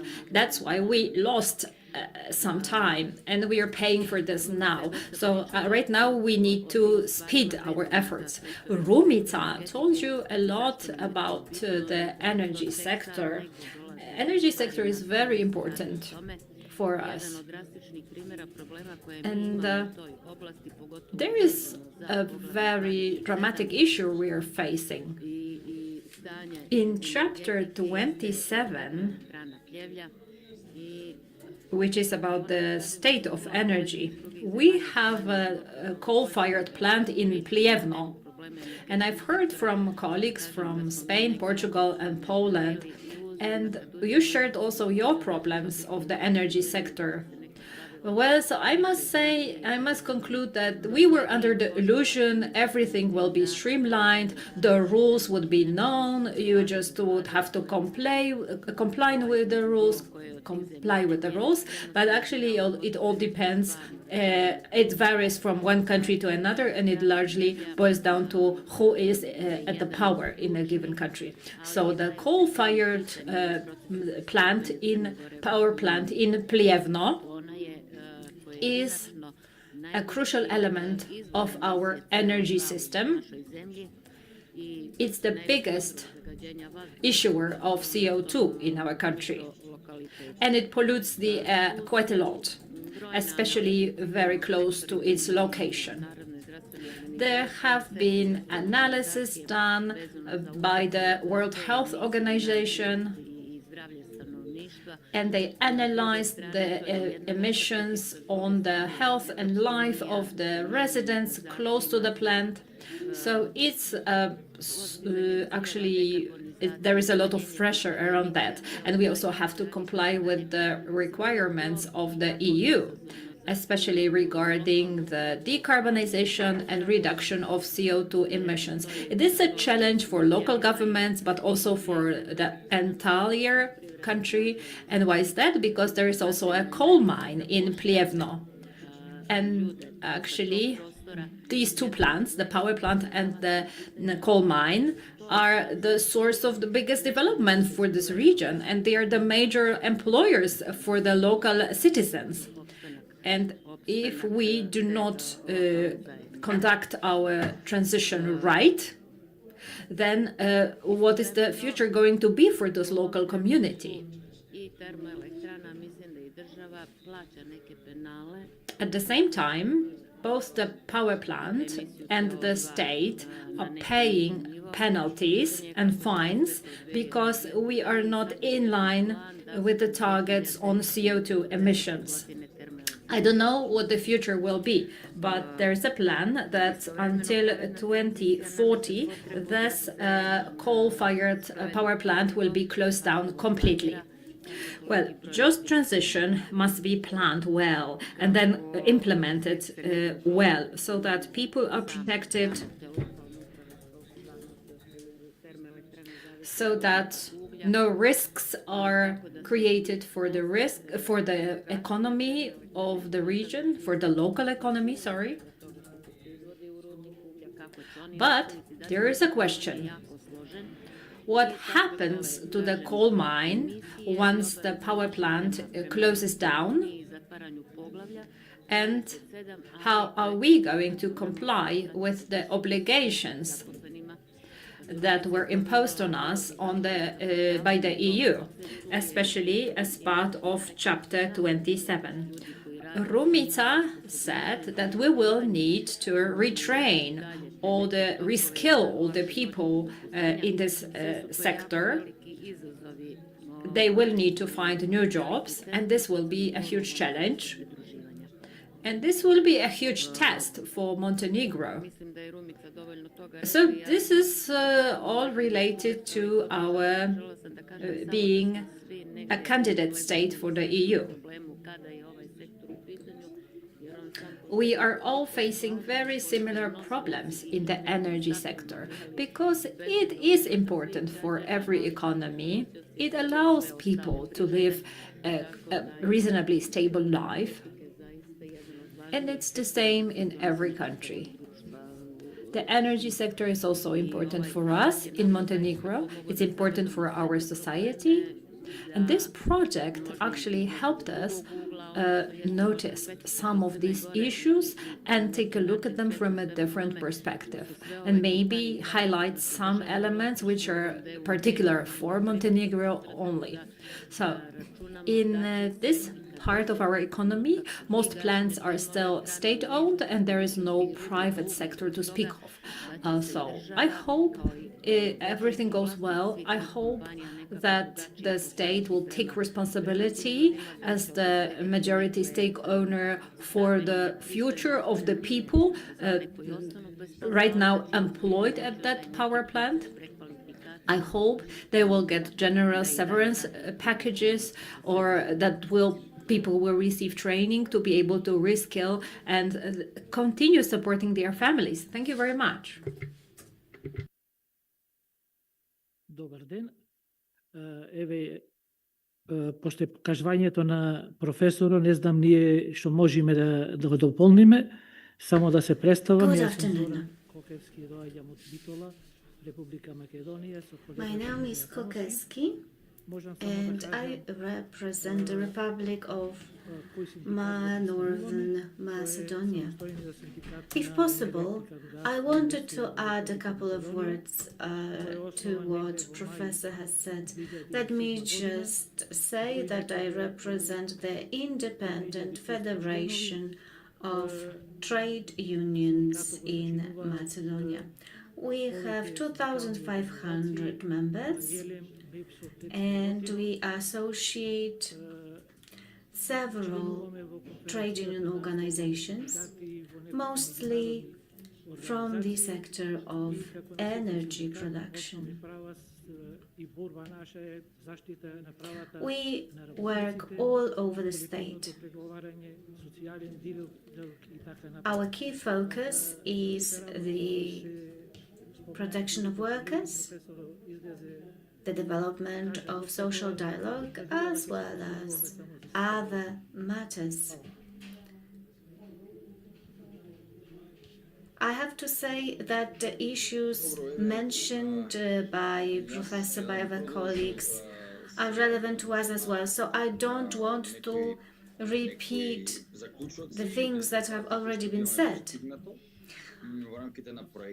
Rather, let me comment upon some conclusions and mention some of the results that we have achieved within our project.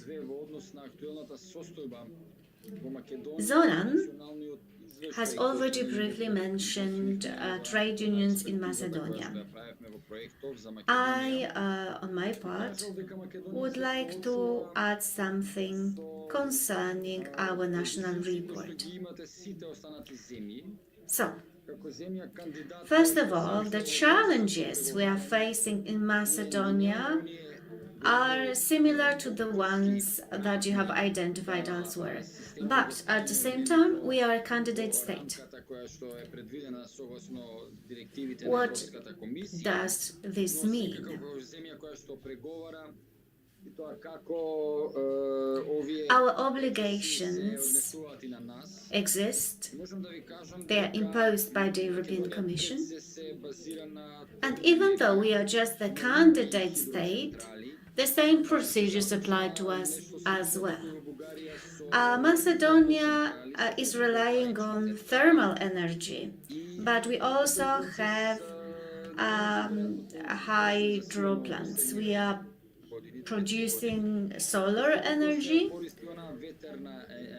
but this process is not as prompt as one would wish. So both wind energy and solar energy is growing, but we still continue to rely on fossil fuels.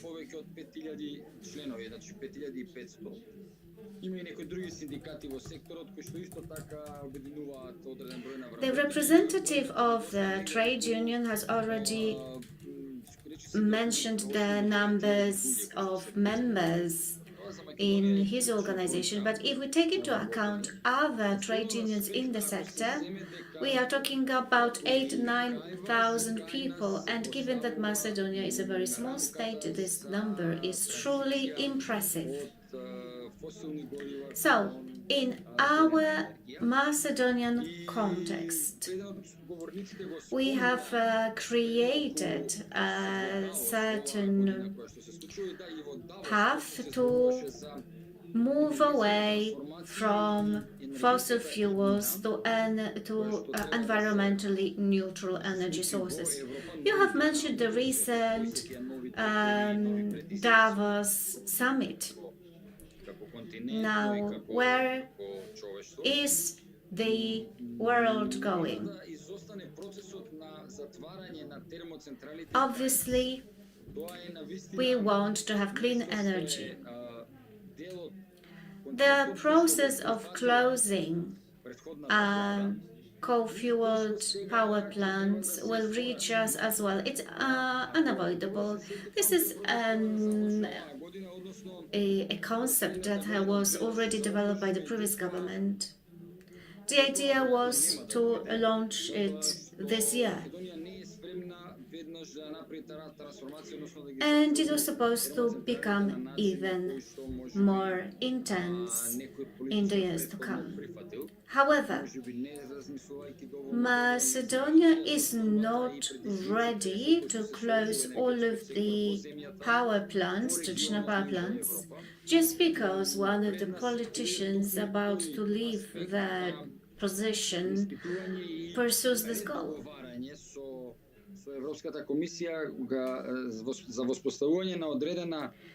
So, the thorough analysis of the current situation, the ongoing negotiations with the European Committee, these are the two things we need to focus on before we are able to launch the energy transition for real.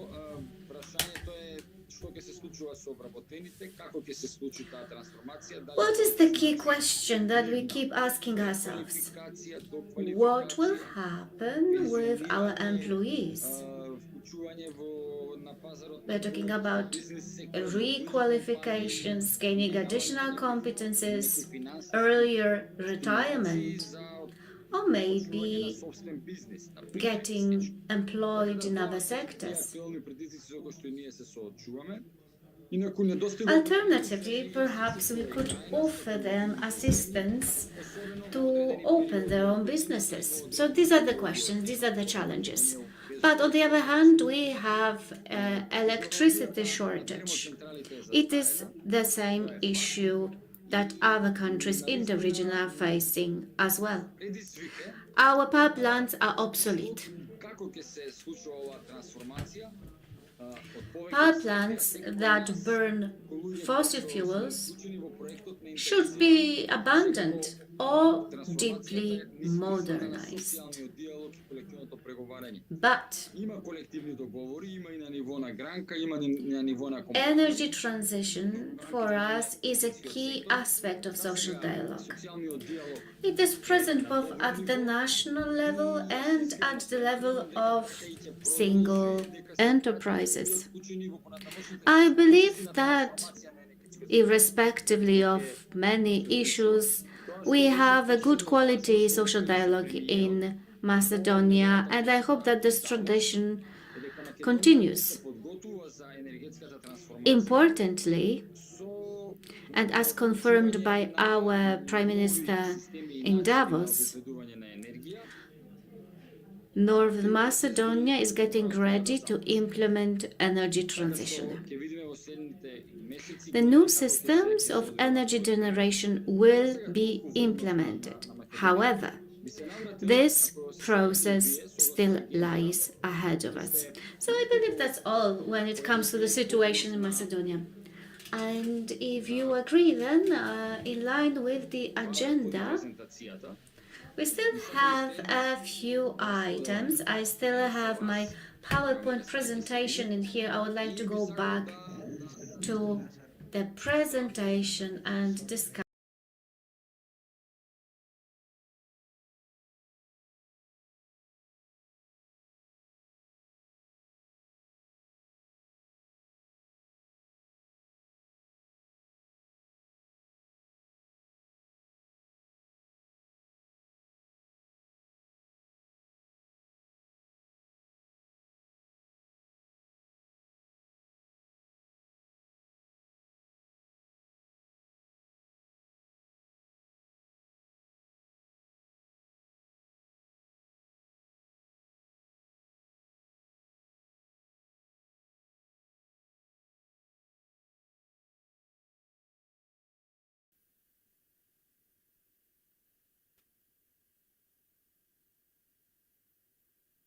You can continue now, Mr. Lazar.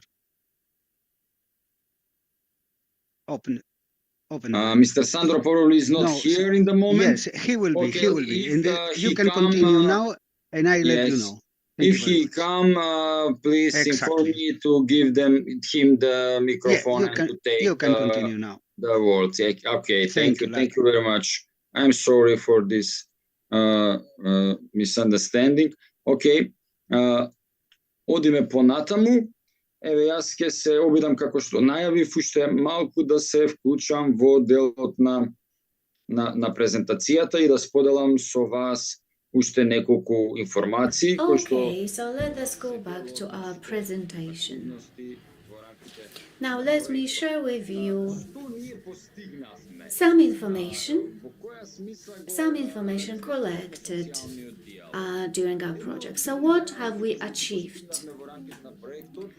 First of all, the definition of our social dialogue. So one of the achievements of our project, which our discussion has confirmed, is the development of the foundations and a platform for effective social dialogue.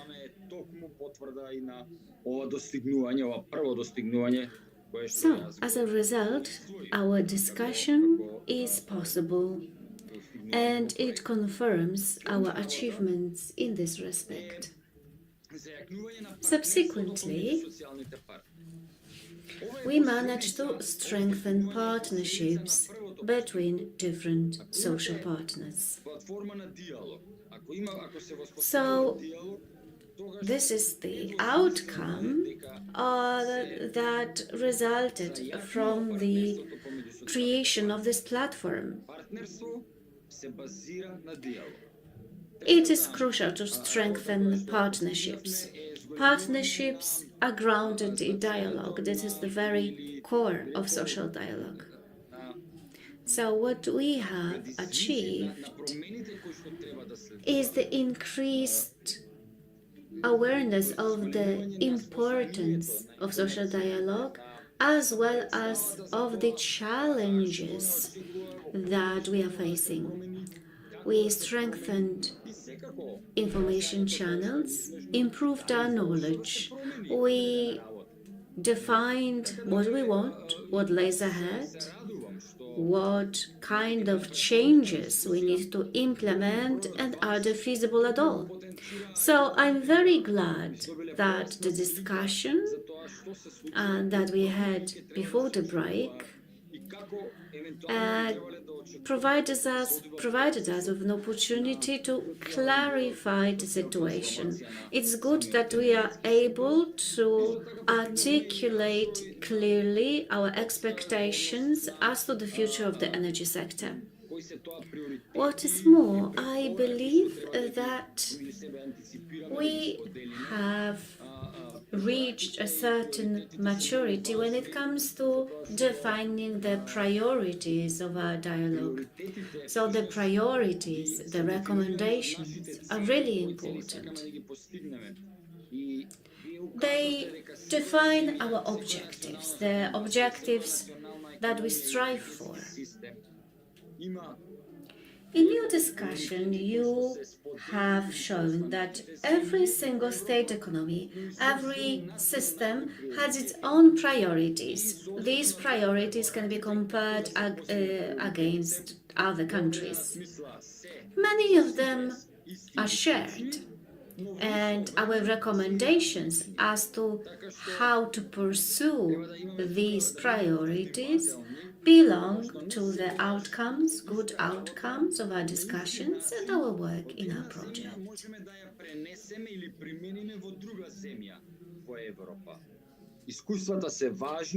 It is not always possible to transfer a solution that works in one country to another. But good solutions that turn out to be productive in one place will not necessarily bear the same fruit elsewhere. We have identified a number of different interests. On the one hand, we have trade unions, we have workers, but we also have employers. We cannot forget the government in this context. These interests can be shared, but oftentimes they diverge, especially the interests of workers and employers. Our project lasted more or less 2 years, and our today's conference concludes it. We work intensely. Maybe we haven't achieved all of the goals, but we have to work under the pressure of time.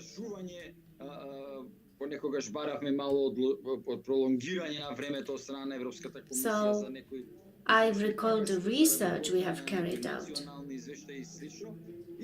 We have applied to the European Commission a number of times to extend the deadline for the completion of some parts of our research. But all of these activities required sufficient resources. We did have some resources, but they were limited. We had to fit in within certain limited framework. There are some legal and institutional barriers that we encounter in social dialogue. We have come across such barriers in our work. Some of such barriers regarded access to information. Some of them also applied to research.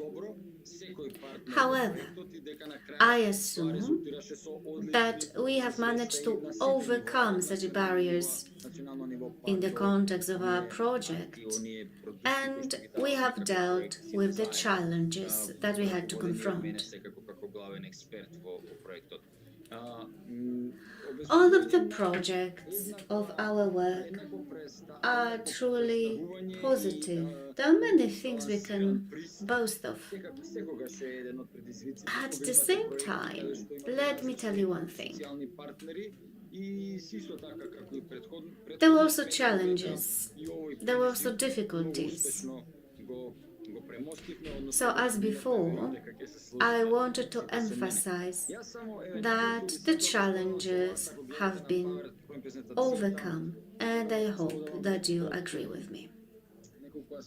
Okay, so now briefly let me move on to some other aspects of our project.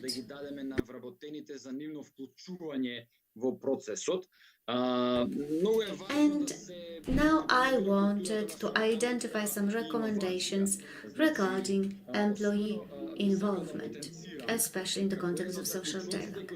First of all, it is important to foster a culture of social dialogue, promote collaboration. This is something we discussed during our online meetings. We said that building the culture of social dialogue, the culture of collective bargaining, this is a crucial aspect that we need to emphasize. So, when we are facing problems, when our opinions diverge, for instance, if there are some external difficulties, such as the electoral campaign, the government that's leaving the office has a different idea than the one that's coming in.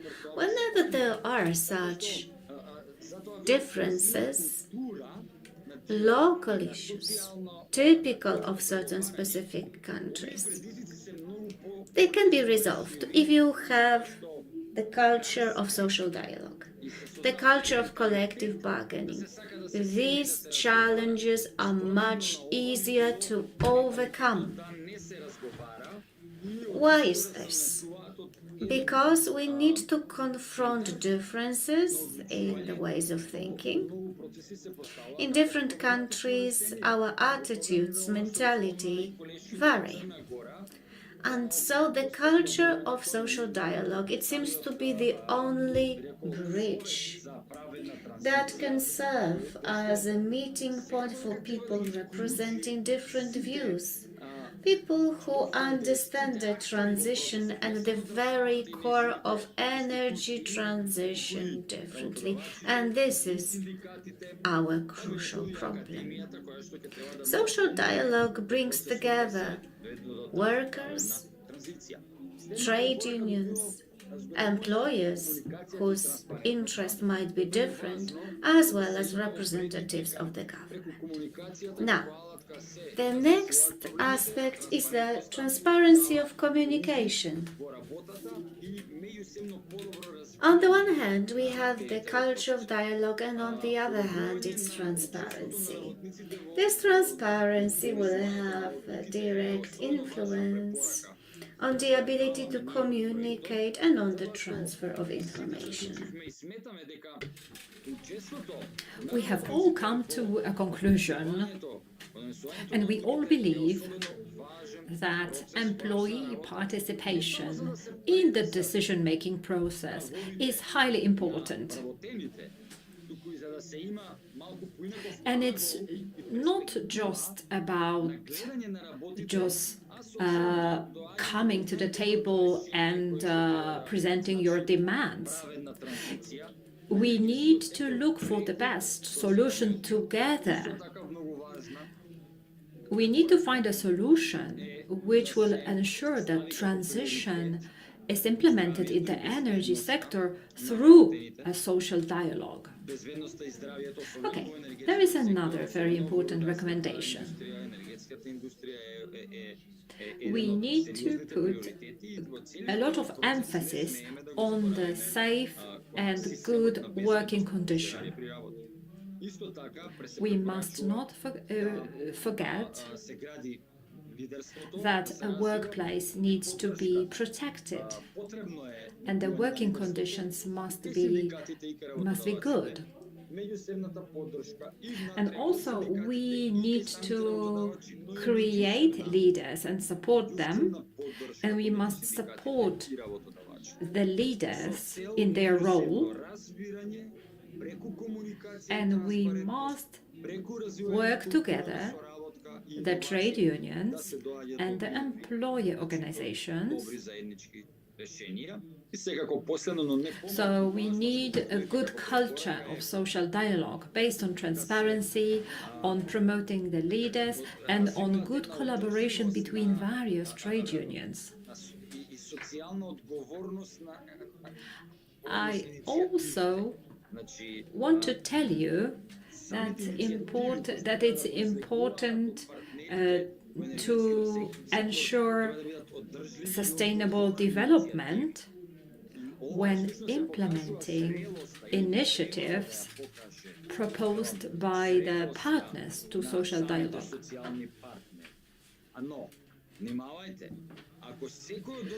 So this sustainability is very important, and it gives us an opportunity to show that partners to social dialogue are mature.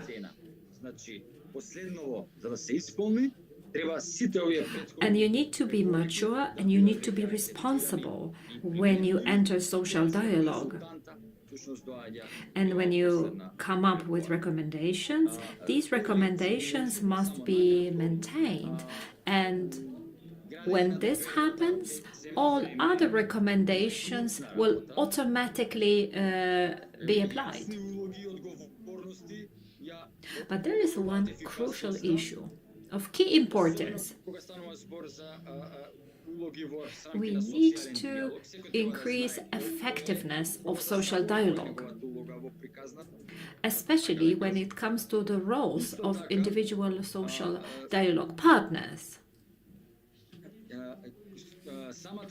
This has particular importance when institutions swap roles sometimes on occasion. Also, it's very important that the social dialogue has a well-designed structure. This guarantees good decisions are made. At the same time, dialogue must be maintained in a sustainable way, and social bargaining must also take place. However, this is a challenge, and in the future perhaps we could become more interested in this aspect. I can see that we have another person who wishes to take part in our discussion, Mr. Sandro Gonzalez. I would like now to give the floor to Sandro so that he can make a contribution. Sandro, over to you.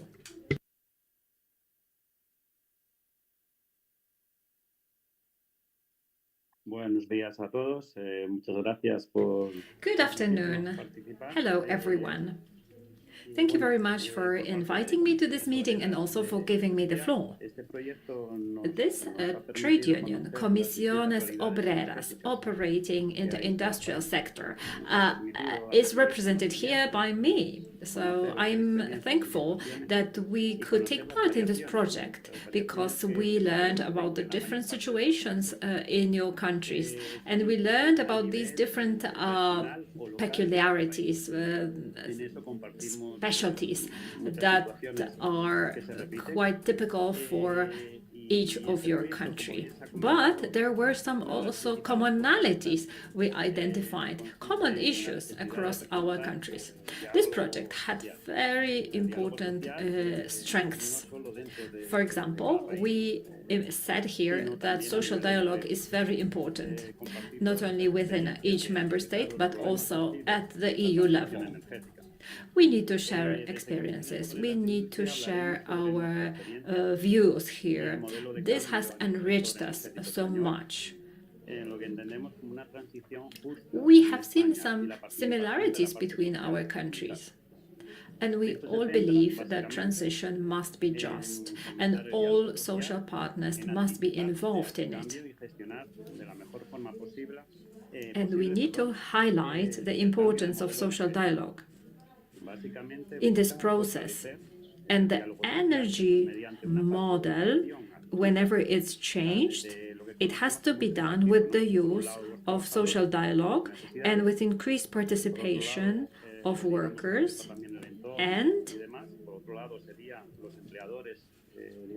employer representatives. Equally important in this process. And the government is also the third partner. Communication and information is important. It has to be transparent. It has to be open. It needs to establish positive framework for collaboration. Our trade union has made some proposals regarding the just transition, and I would split those proposals into 5 areas. And we have a national plan for just transition. We also have a development plan for certain areas that can be exposed to risks relating to transition. And the third one is proposing a plan for the industry and for companies operating in the industrial sector. The fourth one is the energy transition planning, and the fifth one is managing the energy transition. And we have provided some guidelines for each of these 5 areas. We believe that changes are necessary, not only because our climate changes. It's important because we want to no longer be reliant on fossil fuels. Every country has its own particular situation and reality, and changing energy sources is necessary. And these changes must take into account the reality in a given country, in every country. We must ensure employees are not left unemployed, and we must also take into account that the energy demand will grow. And this is only possible when the government and the companies and employees take an active role in this process. Employees cannot remain passive. They must be active in the social dialogue. And they must be able to propose new models of collaboration so that they can protect workplaces, but at the same time not harm the environment. Let me highlight that we must take into account the individual situation of every region in every country. We must protect companies and their structures at the regional and national level. We must preserve jobs and promote social justice. Of course, as much as possible, we have to eliminate poverty, and we must ensure people have a decent living wage and a decent employment. In Spain, we have a Just Transition Institute. It was established back in 2020 to implement the Just Transition strategy. And this institution has drafted some guidelines, and there was another institution, and its role was to ensure just transition from energy produced from fossil fuels to renewable energy sources. And a forum has been established to enable debates and enable dialogue. Each trade union has sent some delegates to take part in this forum. And in the transition process, whenever there is a collective agreement, All these agreements are trilateral. So the government is involved. For example, the ministry responsible for the energy sector is involved. The companies are involved, but also employee representatives are represented. And they come together, they engage in a dialogue, and they come up with some solutions. Okay, speaking about the transition, there are some vulnerable regions, particularly exposed to risk, and we need to preserve employment in those regions. These energy hubs, we're wondering how to protect the jobs and how to protect these areas and how to implement new projects so that we can preserve jobs in those vulnerable regions. As regards the general objectives, we could split them into 4 groups. Employees, we said it today, are an important partner in social dialogue.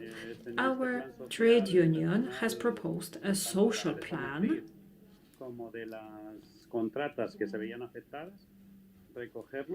and the plan was launched in some companies.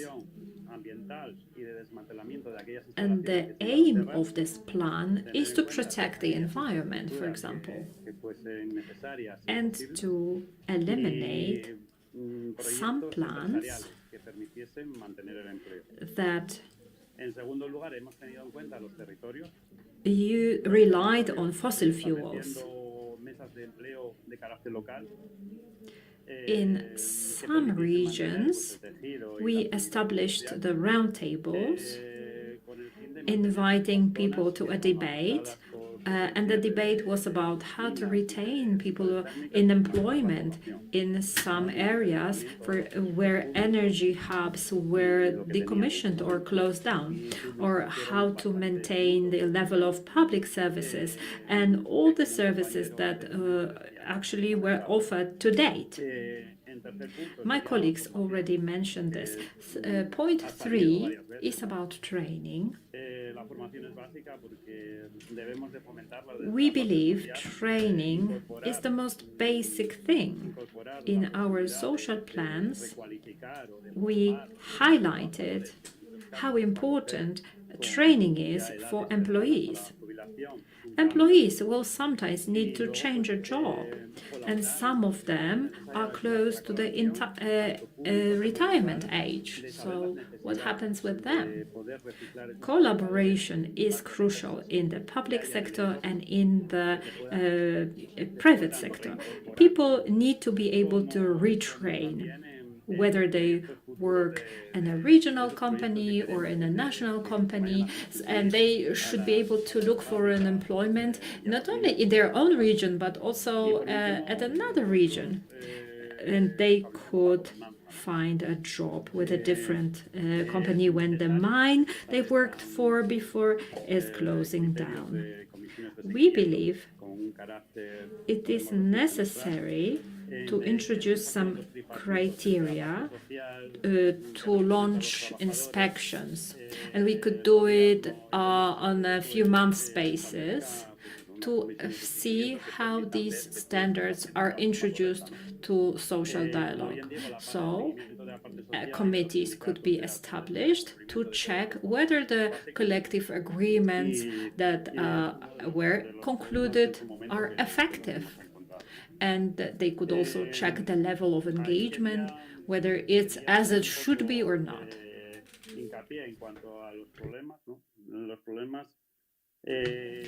Let me emphasize some issues that we have noticed. We have mentioned all of them during previous conferences. According to us, communication is crucial.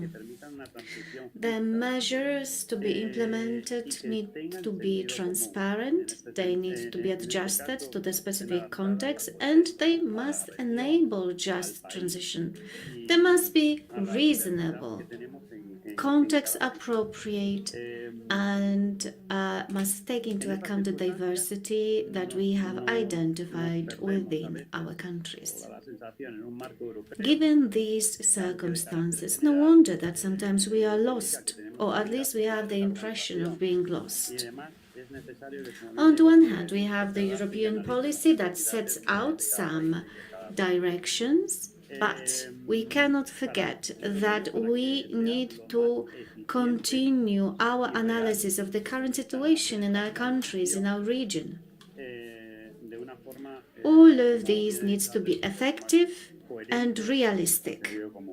We need to observe what is happening to ensure that the transition is reasonable. We have identified a number of issues that can be split into two categories: political issues, and these political issues result from differences in political opinions between different political parties, for instance. And such a diversity of opinion is sometimes also present within a specific country, within a specific region, which renders coordination much harder. You also mentioned about timeline, about deadlines. Sometimes businesses simply need more time. We need stability. We need political stability for them to be able to proceed on their own schedule. So timeline is crucial. It is also important for us to pay a lot of attention to the needs of businesses, to the needs of citizens. This is something that we sometimes forget. We impose certain populist proposals that are not in line with what the people need. Now, moving on to permits, licenses, they represent the second group of problems. Because of bureaucracy, we sometimes feel lost. So it's not always clear who has some rights and who doesn't. And thirdly, we have a lot of delays as a consequence of the issues that I have mentioned. So we cannot adjust to some procedures. We cannot implement some projects. And hence, problems with jobs, with occupation. And the abandonment of ideas, of plans. Obviously, this is to the detriment of workers.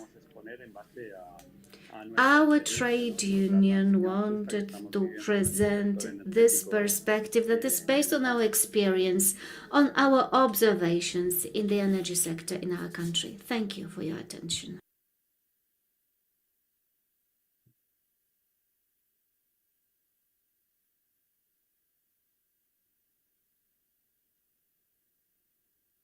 И аз благодарам на господин Сандро во однос на Thank you, Sandro. Thank you for these highly constructive comments and opening our discussion. And thank you for the conclusions that are skillfully grouped into two categories. So thank you very much.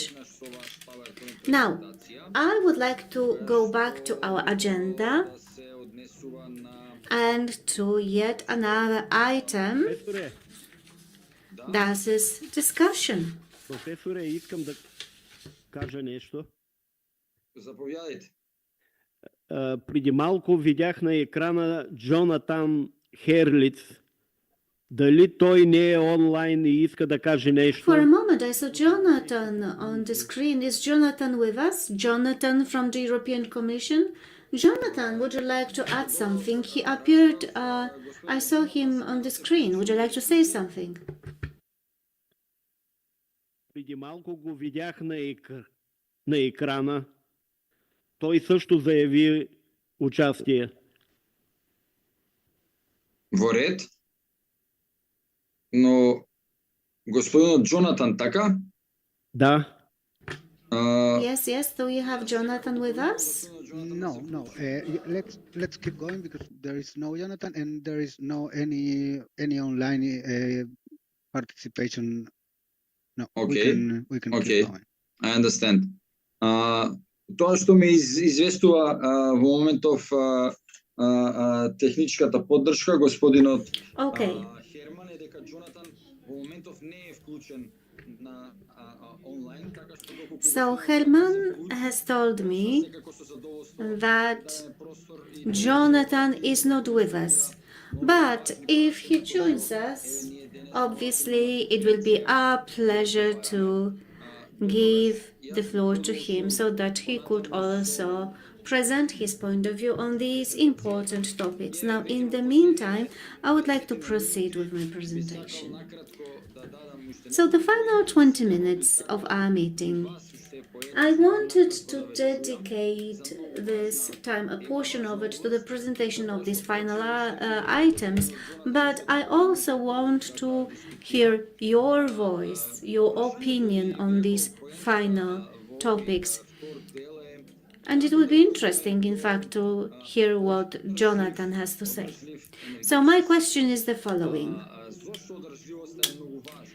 How can we reach the goal of sustainable development from the perspective of energy? We have identified the problems that we are facing. We declared the truth. The transition is not ahead, it is underway. So what we need to do is to adjust to this situation. We need to find our way within this framework, legal framework imposed by the European Union, and we need to ensure that all of this fits into a single sustainable system. Now, we have mentioned that it should be split into different stages, then subdivided into single items, and should move ahead this way. Why is sustainable development that important? It is crucial because we do have an interesting phenomenon, the transition towards renewable clean energy sources. It's something that will happen. The question is about the speed of this process. The question is, why is it so important?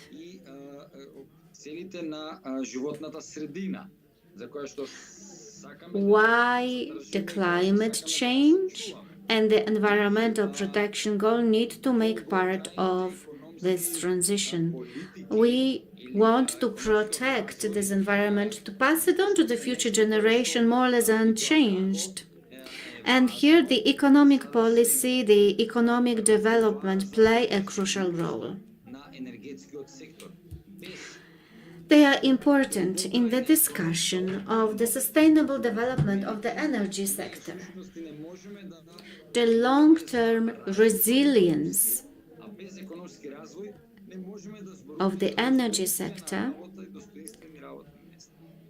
is attainable in the context of economic development, but economic development entails decent work, preservation of jobs, and obviously good working conditions. So all of these changes that the energy transition entails need to be feasible. And we also need to analyze them from the perspective of people, from the social perspective. So what do we need to focus on when talking about sustainable development of the energy sector? There is no doubt we need to talk about improving energy efficiency.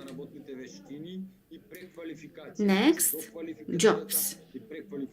And related to that, reskilling workers. This process is incredibly important for us to be able to maintain the energy sector that we have at the level that is satisfactory for the people employed and ensure that the transition is just. These are the topics that we have discussed before, and we go back to them yet one more time today. Before we conclude our meeting, because there are many factors that merit our attention, but before we conclude, I have one more question that I wanted to ask you. What matters to you? What's important to you when discussing the sustainable development of the energy sector? I wanted to ask you 1, 2 things from your own point of view. What seems to be particularly relevant in the context of sustainable development of energy transition? So, I invite you to speak briefly, succinctly, taking into account that our time is limited. It is almost up. But if somebody would like to say a few words, please raise your hands. What is the most important thing when we discuss the sustainable development of the energy sector? Okay, I see. Yes, Mr. Maciej, please. Okej, czy mnie słychać? Da, Can you hear me? Yes, we can. My name is Maciej Plotecki. I'm from the Regional Organization of Employers in the Łódź region, Leviathan Confederation. So we are based in Łódź. Łódź is a city which goes through the transition in a very rough way. It is as if it was located in the old European Union member state. So there is a power plant, Bełchatów, an obsolete one, traditional one, and we know that for many reasons, one of them being the cost of CO2 emissions, but also depleting coal reserves, we will need to decommission that plant. There are 4 of 5 energy blocks that represent 30% of energy production in Poland. So this transition in Poland goes 2 ways. So the one thing is we need to find sources of energy which are stable.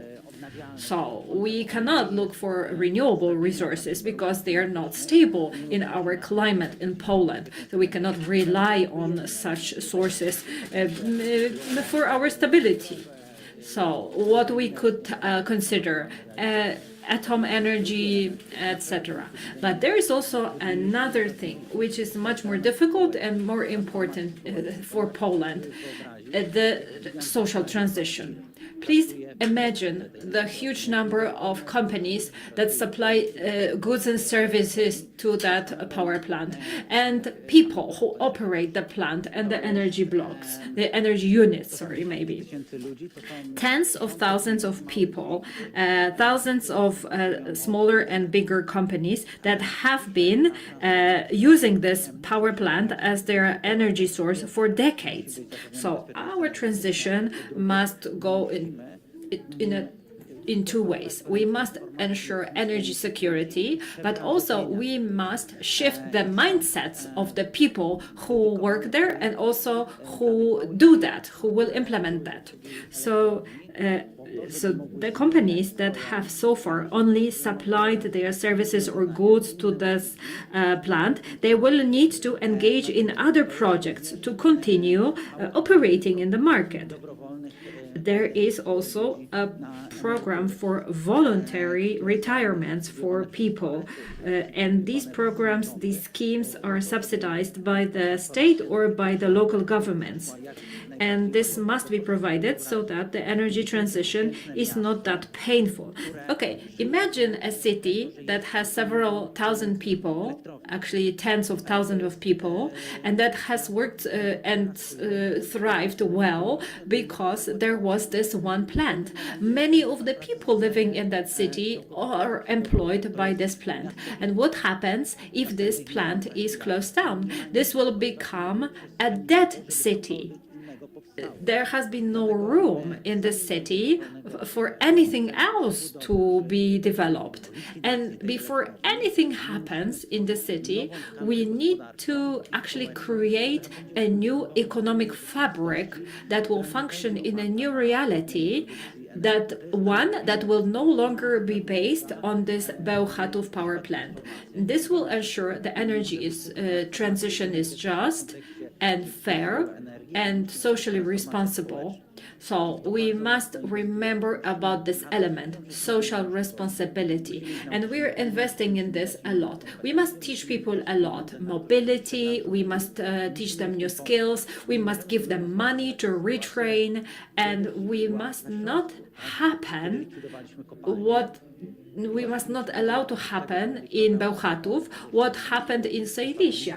And some people in Silesia, in the Polish region, when the mines were decommissioned, they only took the generous severance packages, did nothing, and then they become unemployed for good.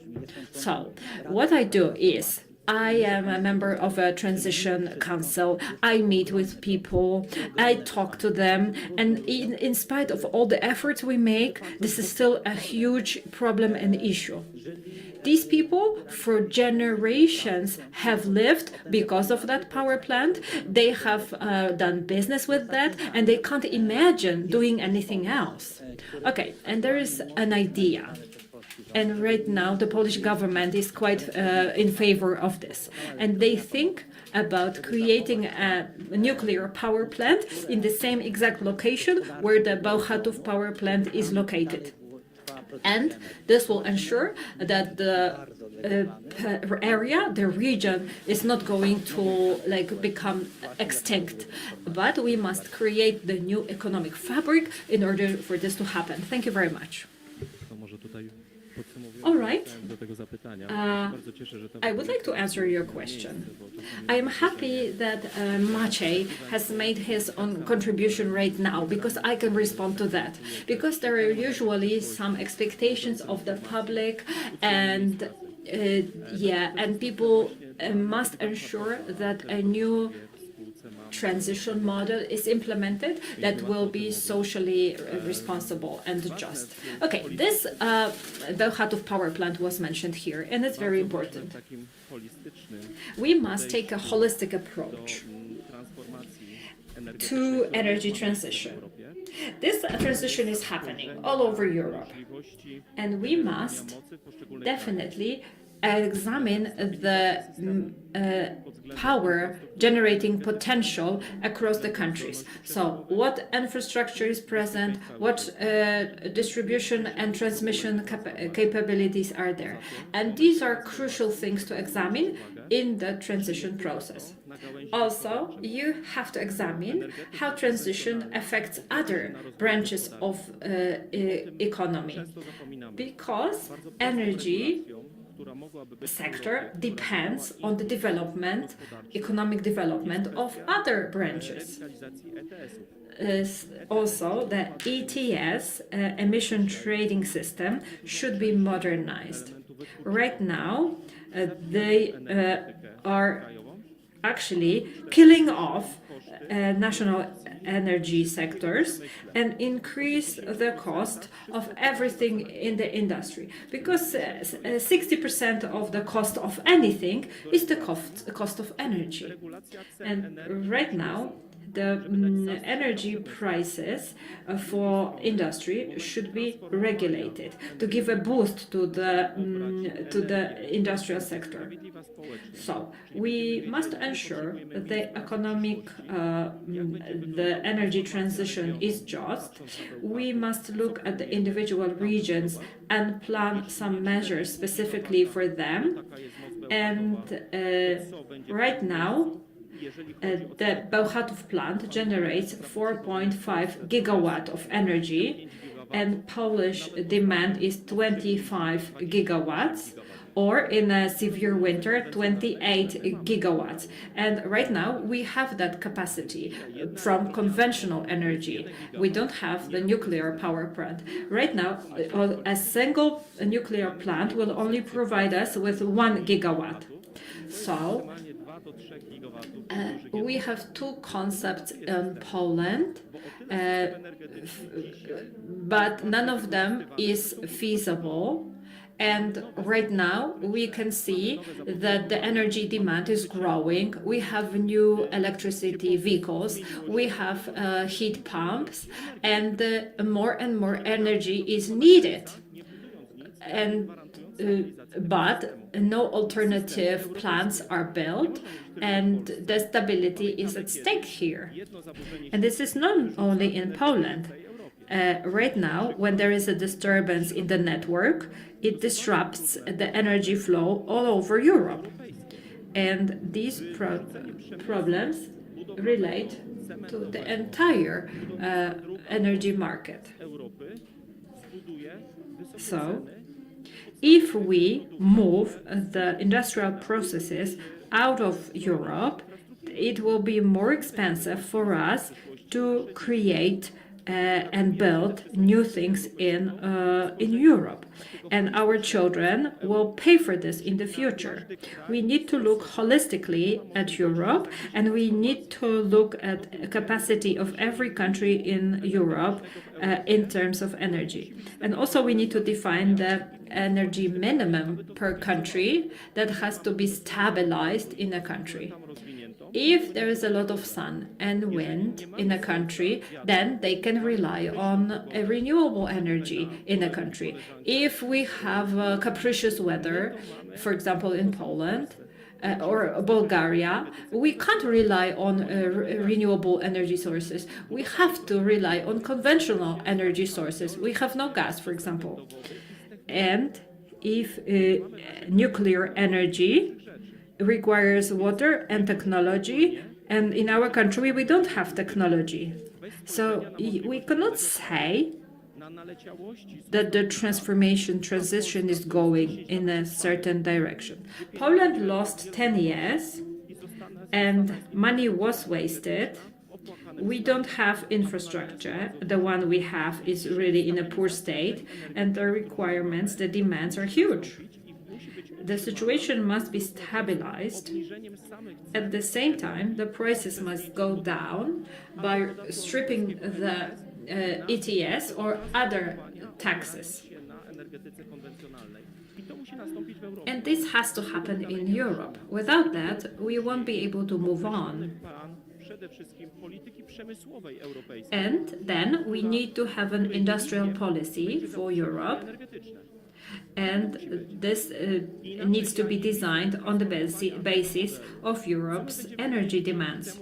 Otherwise, I don't think it's going to work. So, well, how are we going to create new workplaces? A lot of people are going to retire. I am far from being willing to give severance payments to people. Why? Because it's a short-term thinking. If you give severance payment to people, then people don't do anything with that money. They will, when the money runs dry, they just take unemployment benefit.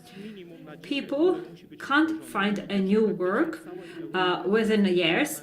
You need decades to do that, because you need to shift the mentality. You need to secure the future for the industry. You need to create new jobs and train people to take the new jobs. And you need to stabilize the situation in regions.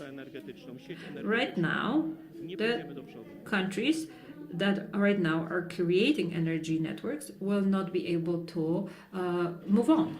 Thank you.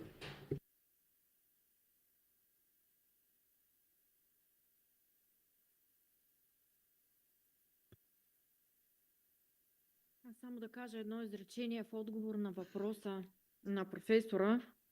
Какво считаме, че е важно? I would like to respond to that. Говорим за устойчивото енергийно развитие. Считам, че So what's important in sustainable development? I believe motivation is very important. Motivation and forward thinking that will secure you a job, a good job for the employee, growing income, and ensuring that our environment is stable, is just, and that people will retain their dignity.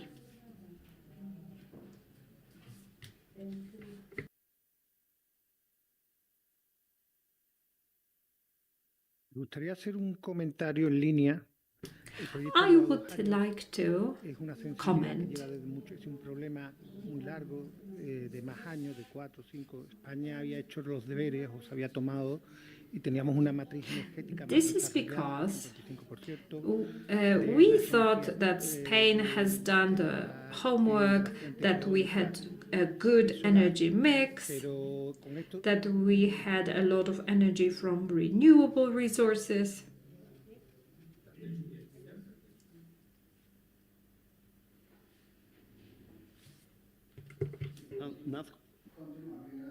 No hay traducción para el búlgaro. Навко чуваме ли се?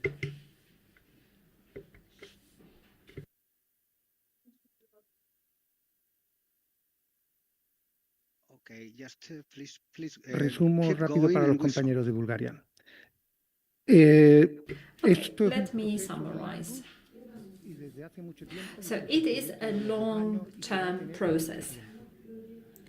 And in Spain, this process has already started, and it will continue for years to come.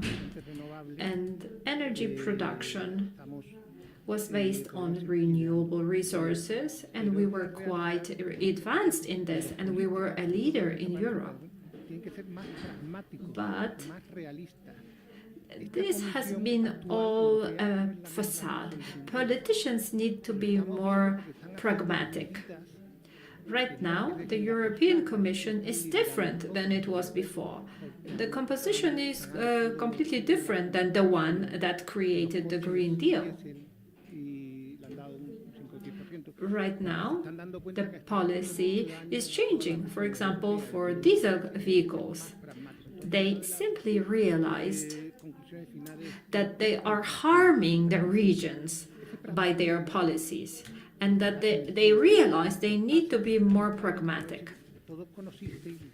In Spain, we are seeing this already.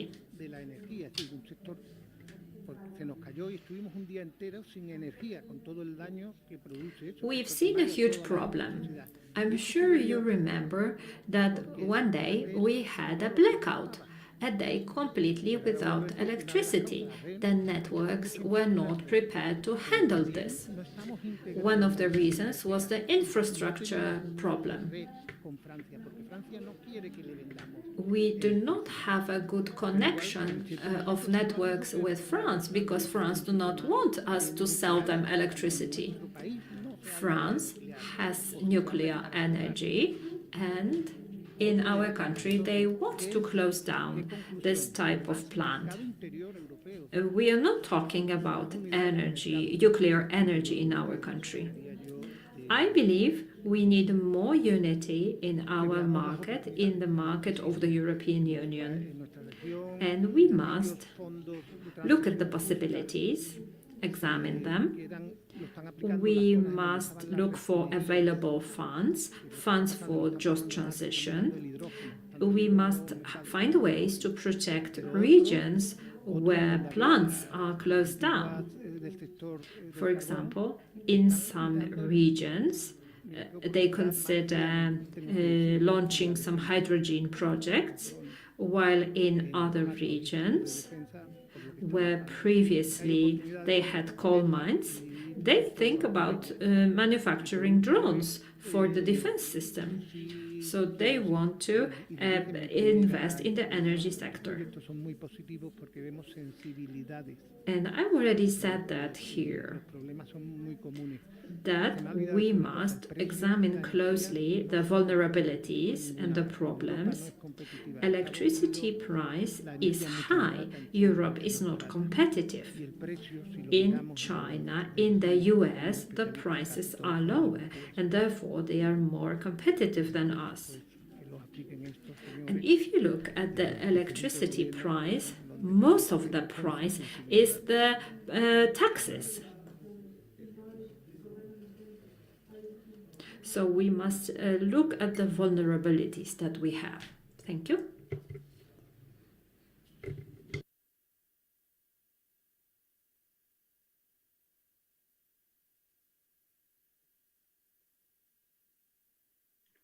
Во ред. Јас ви благодарам на сите што до сега All right. Thank you very much, everyone. Thank you for your contributions. The discussion was really very productive. This is our final conference, and we presented really interesting points here. As you can see, we ran out of time to be able to express everything we wanted.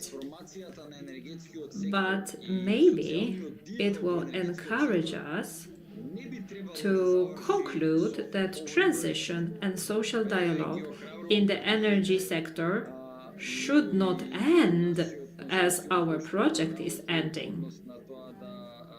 I would like to thank our partners and our consortium that worked on the projects, and not only the people who work on the project, but also people who support the project and ensure it's continued. I hope this project is continued, because transition is not over yet. It's still happening, and it's very important for everyone that we are able to continue and work further on these very vital topics. I will need 1 or 2 minutes of your time to present the last items of my presentation. So in your screens, you can see 5 follow-up actions. And this is something we need to focus on in the future.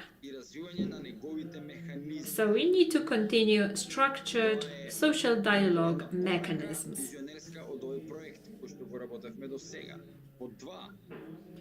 This is a recommendation and a conclusion from our project. And we need to implement all the agreed recommendations. I mean here the recommendations we presented here. Point 3, and it has been mentioned already, I believe it was Sandro who said it, we need to monitor and evaluate our progress. And we need to evaluate the progress of social dialogue as a tool to ensure just transition in Europe. And we need to monitor the process. We also need to strengthen the stakeholder capacity. And when I say stakeholders, I mean employers, employees, and the politicians in our governments. Just like Miguel said, right now, some politicians are not active, and also the politicians who propose these solutions are no longer in the European Commission. So we need to rectify the mistakes that were made. We also need to develop action plans with clear timelines and clear responsibilities.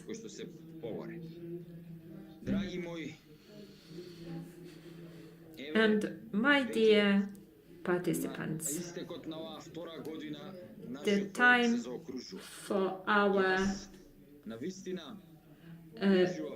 debate and conference has come to an end. We are very happy that we could work together. I believe we have done good work. I would like to take this opportunity to thank you and to wish you all the best. May you remain healthy and may you have all the success in your life. I hope you will spend your time in Krakow in a very nice way. Thank you, Valentin. Thank you, Darina, for the trust you placed in me. And I would like to thank them for their expert knowledge. And I would like to thank all of you for ensuring this project was implemented successfully. We have done good work together, and I thank you from the bottom of my heart. I hope that we will meet again on another project. I wish you all the best. And now over to Valentin, who will say some closing remarks. Колеги, наистина това са последните минути на този проект и няма да говорим. Okay, these are the final moments of our project. Искам най-напред We да will благодаря за участието на всички вас, на колегите от Македония, от take any more of your time. We would like to thank everyone, colleagues from Macedonia, Portugal, Poland, Spain, Montenegro, North Macedonia. We would like to thank the technical team who helped us implement this project. We would like to thank the interpreters, and we are thanking them for their work not only today but also during all previous meetings. We would like to thank Professor Jovevski for everything he has done in this project as the chief expert. I hope to be able to continue our work in the future and use his expertise as well on other projects. I would like to take the opportunity to thank all the interpreters who helped us communicate and collaborate. I would like to thank the hosts from Poland who have invited us here. I hope we will meet in other projects. With some of you, we are already working on other projects.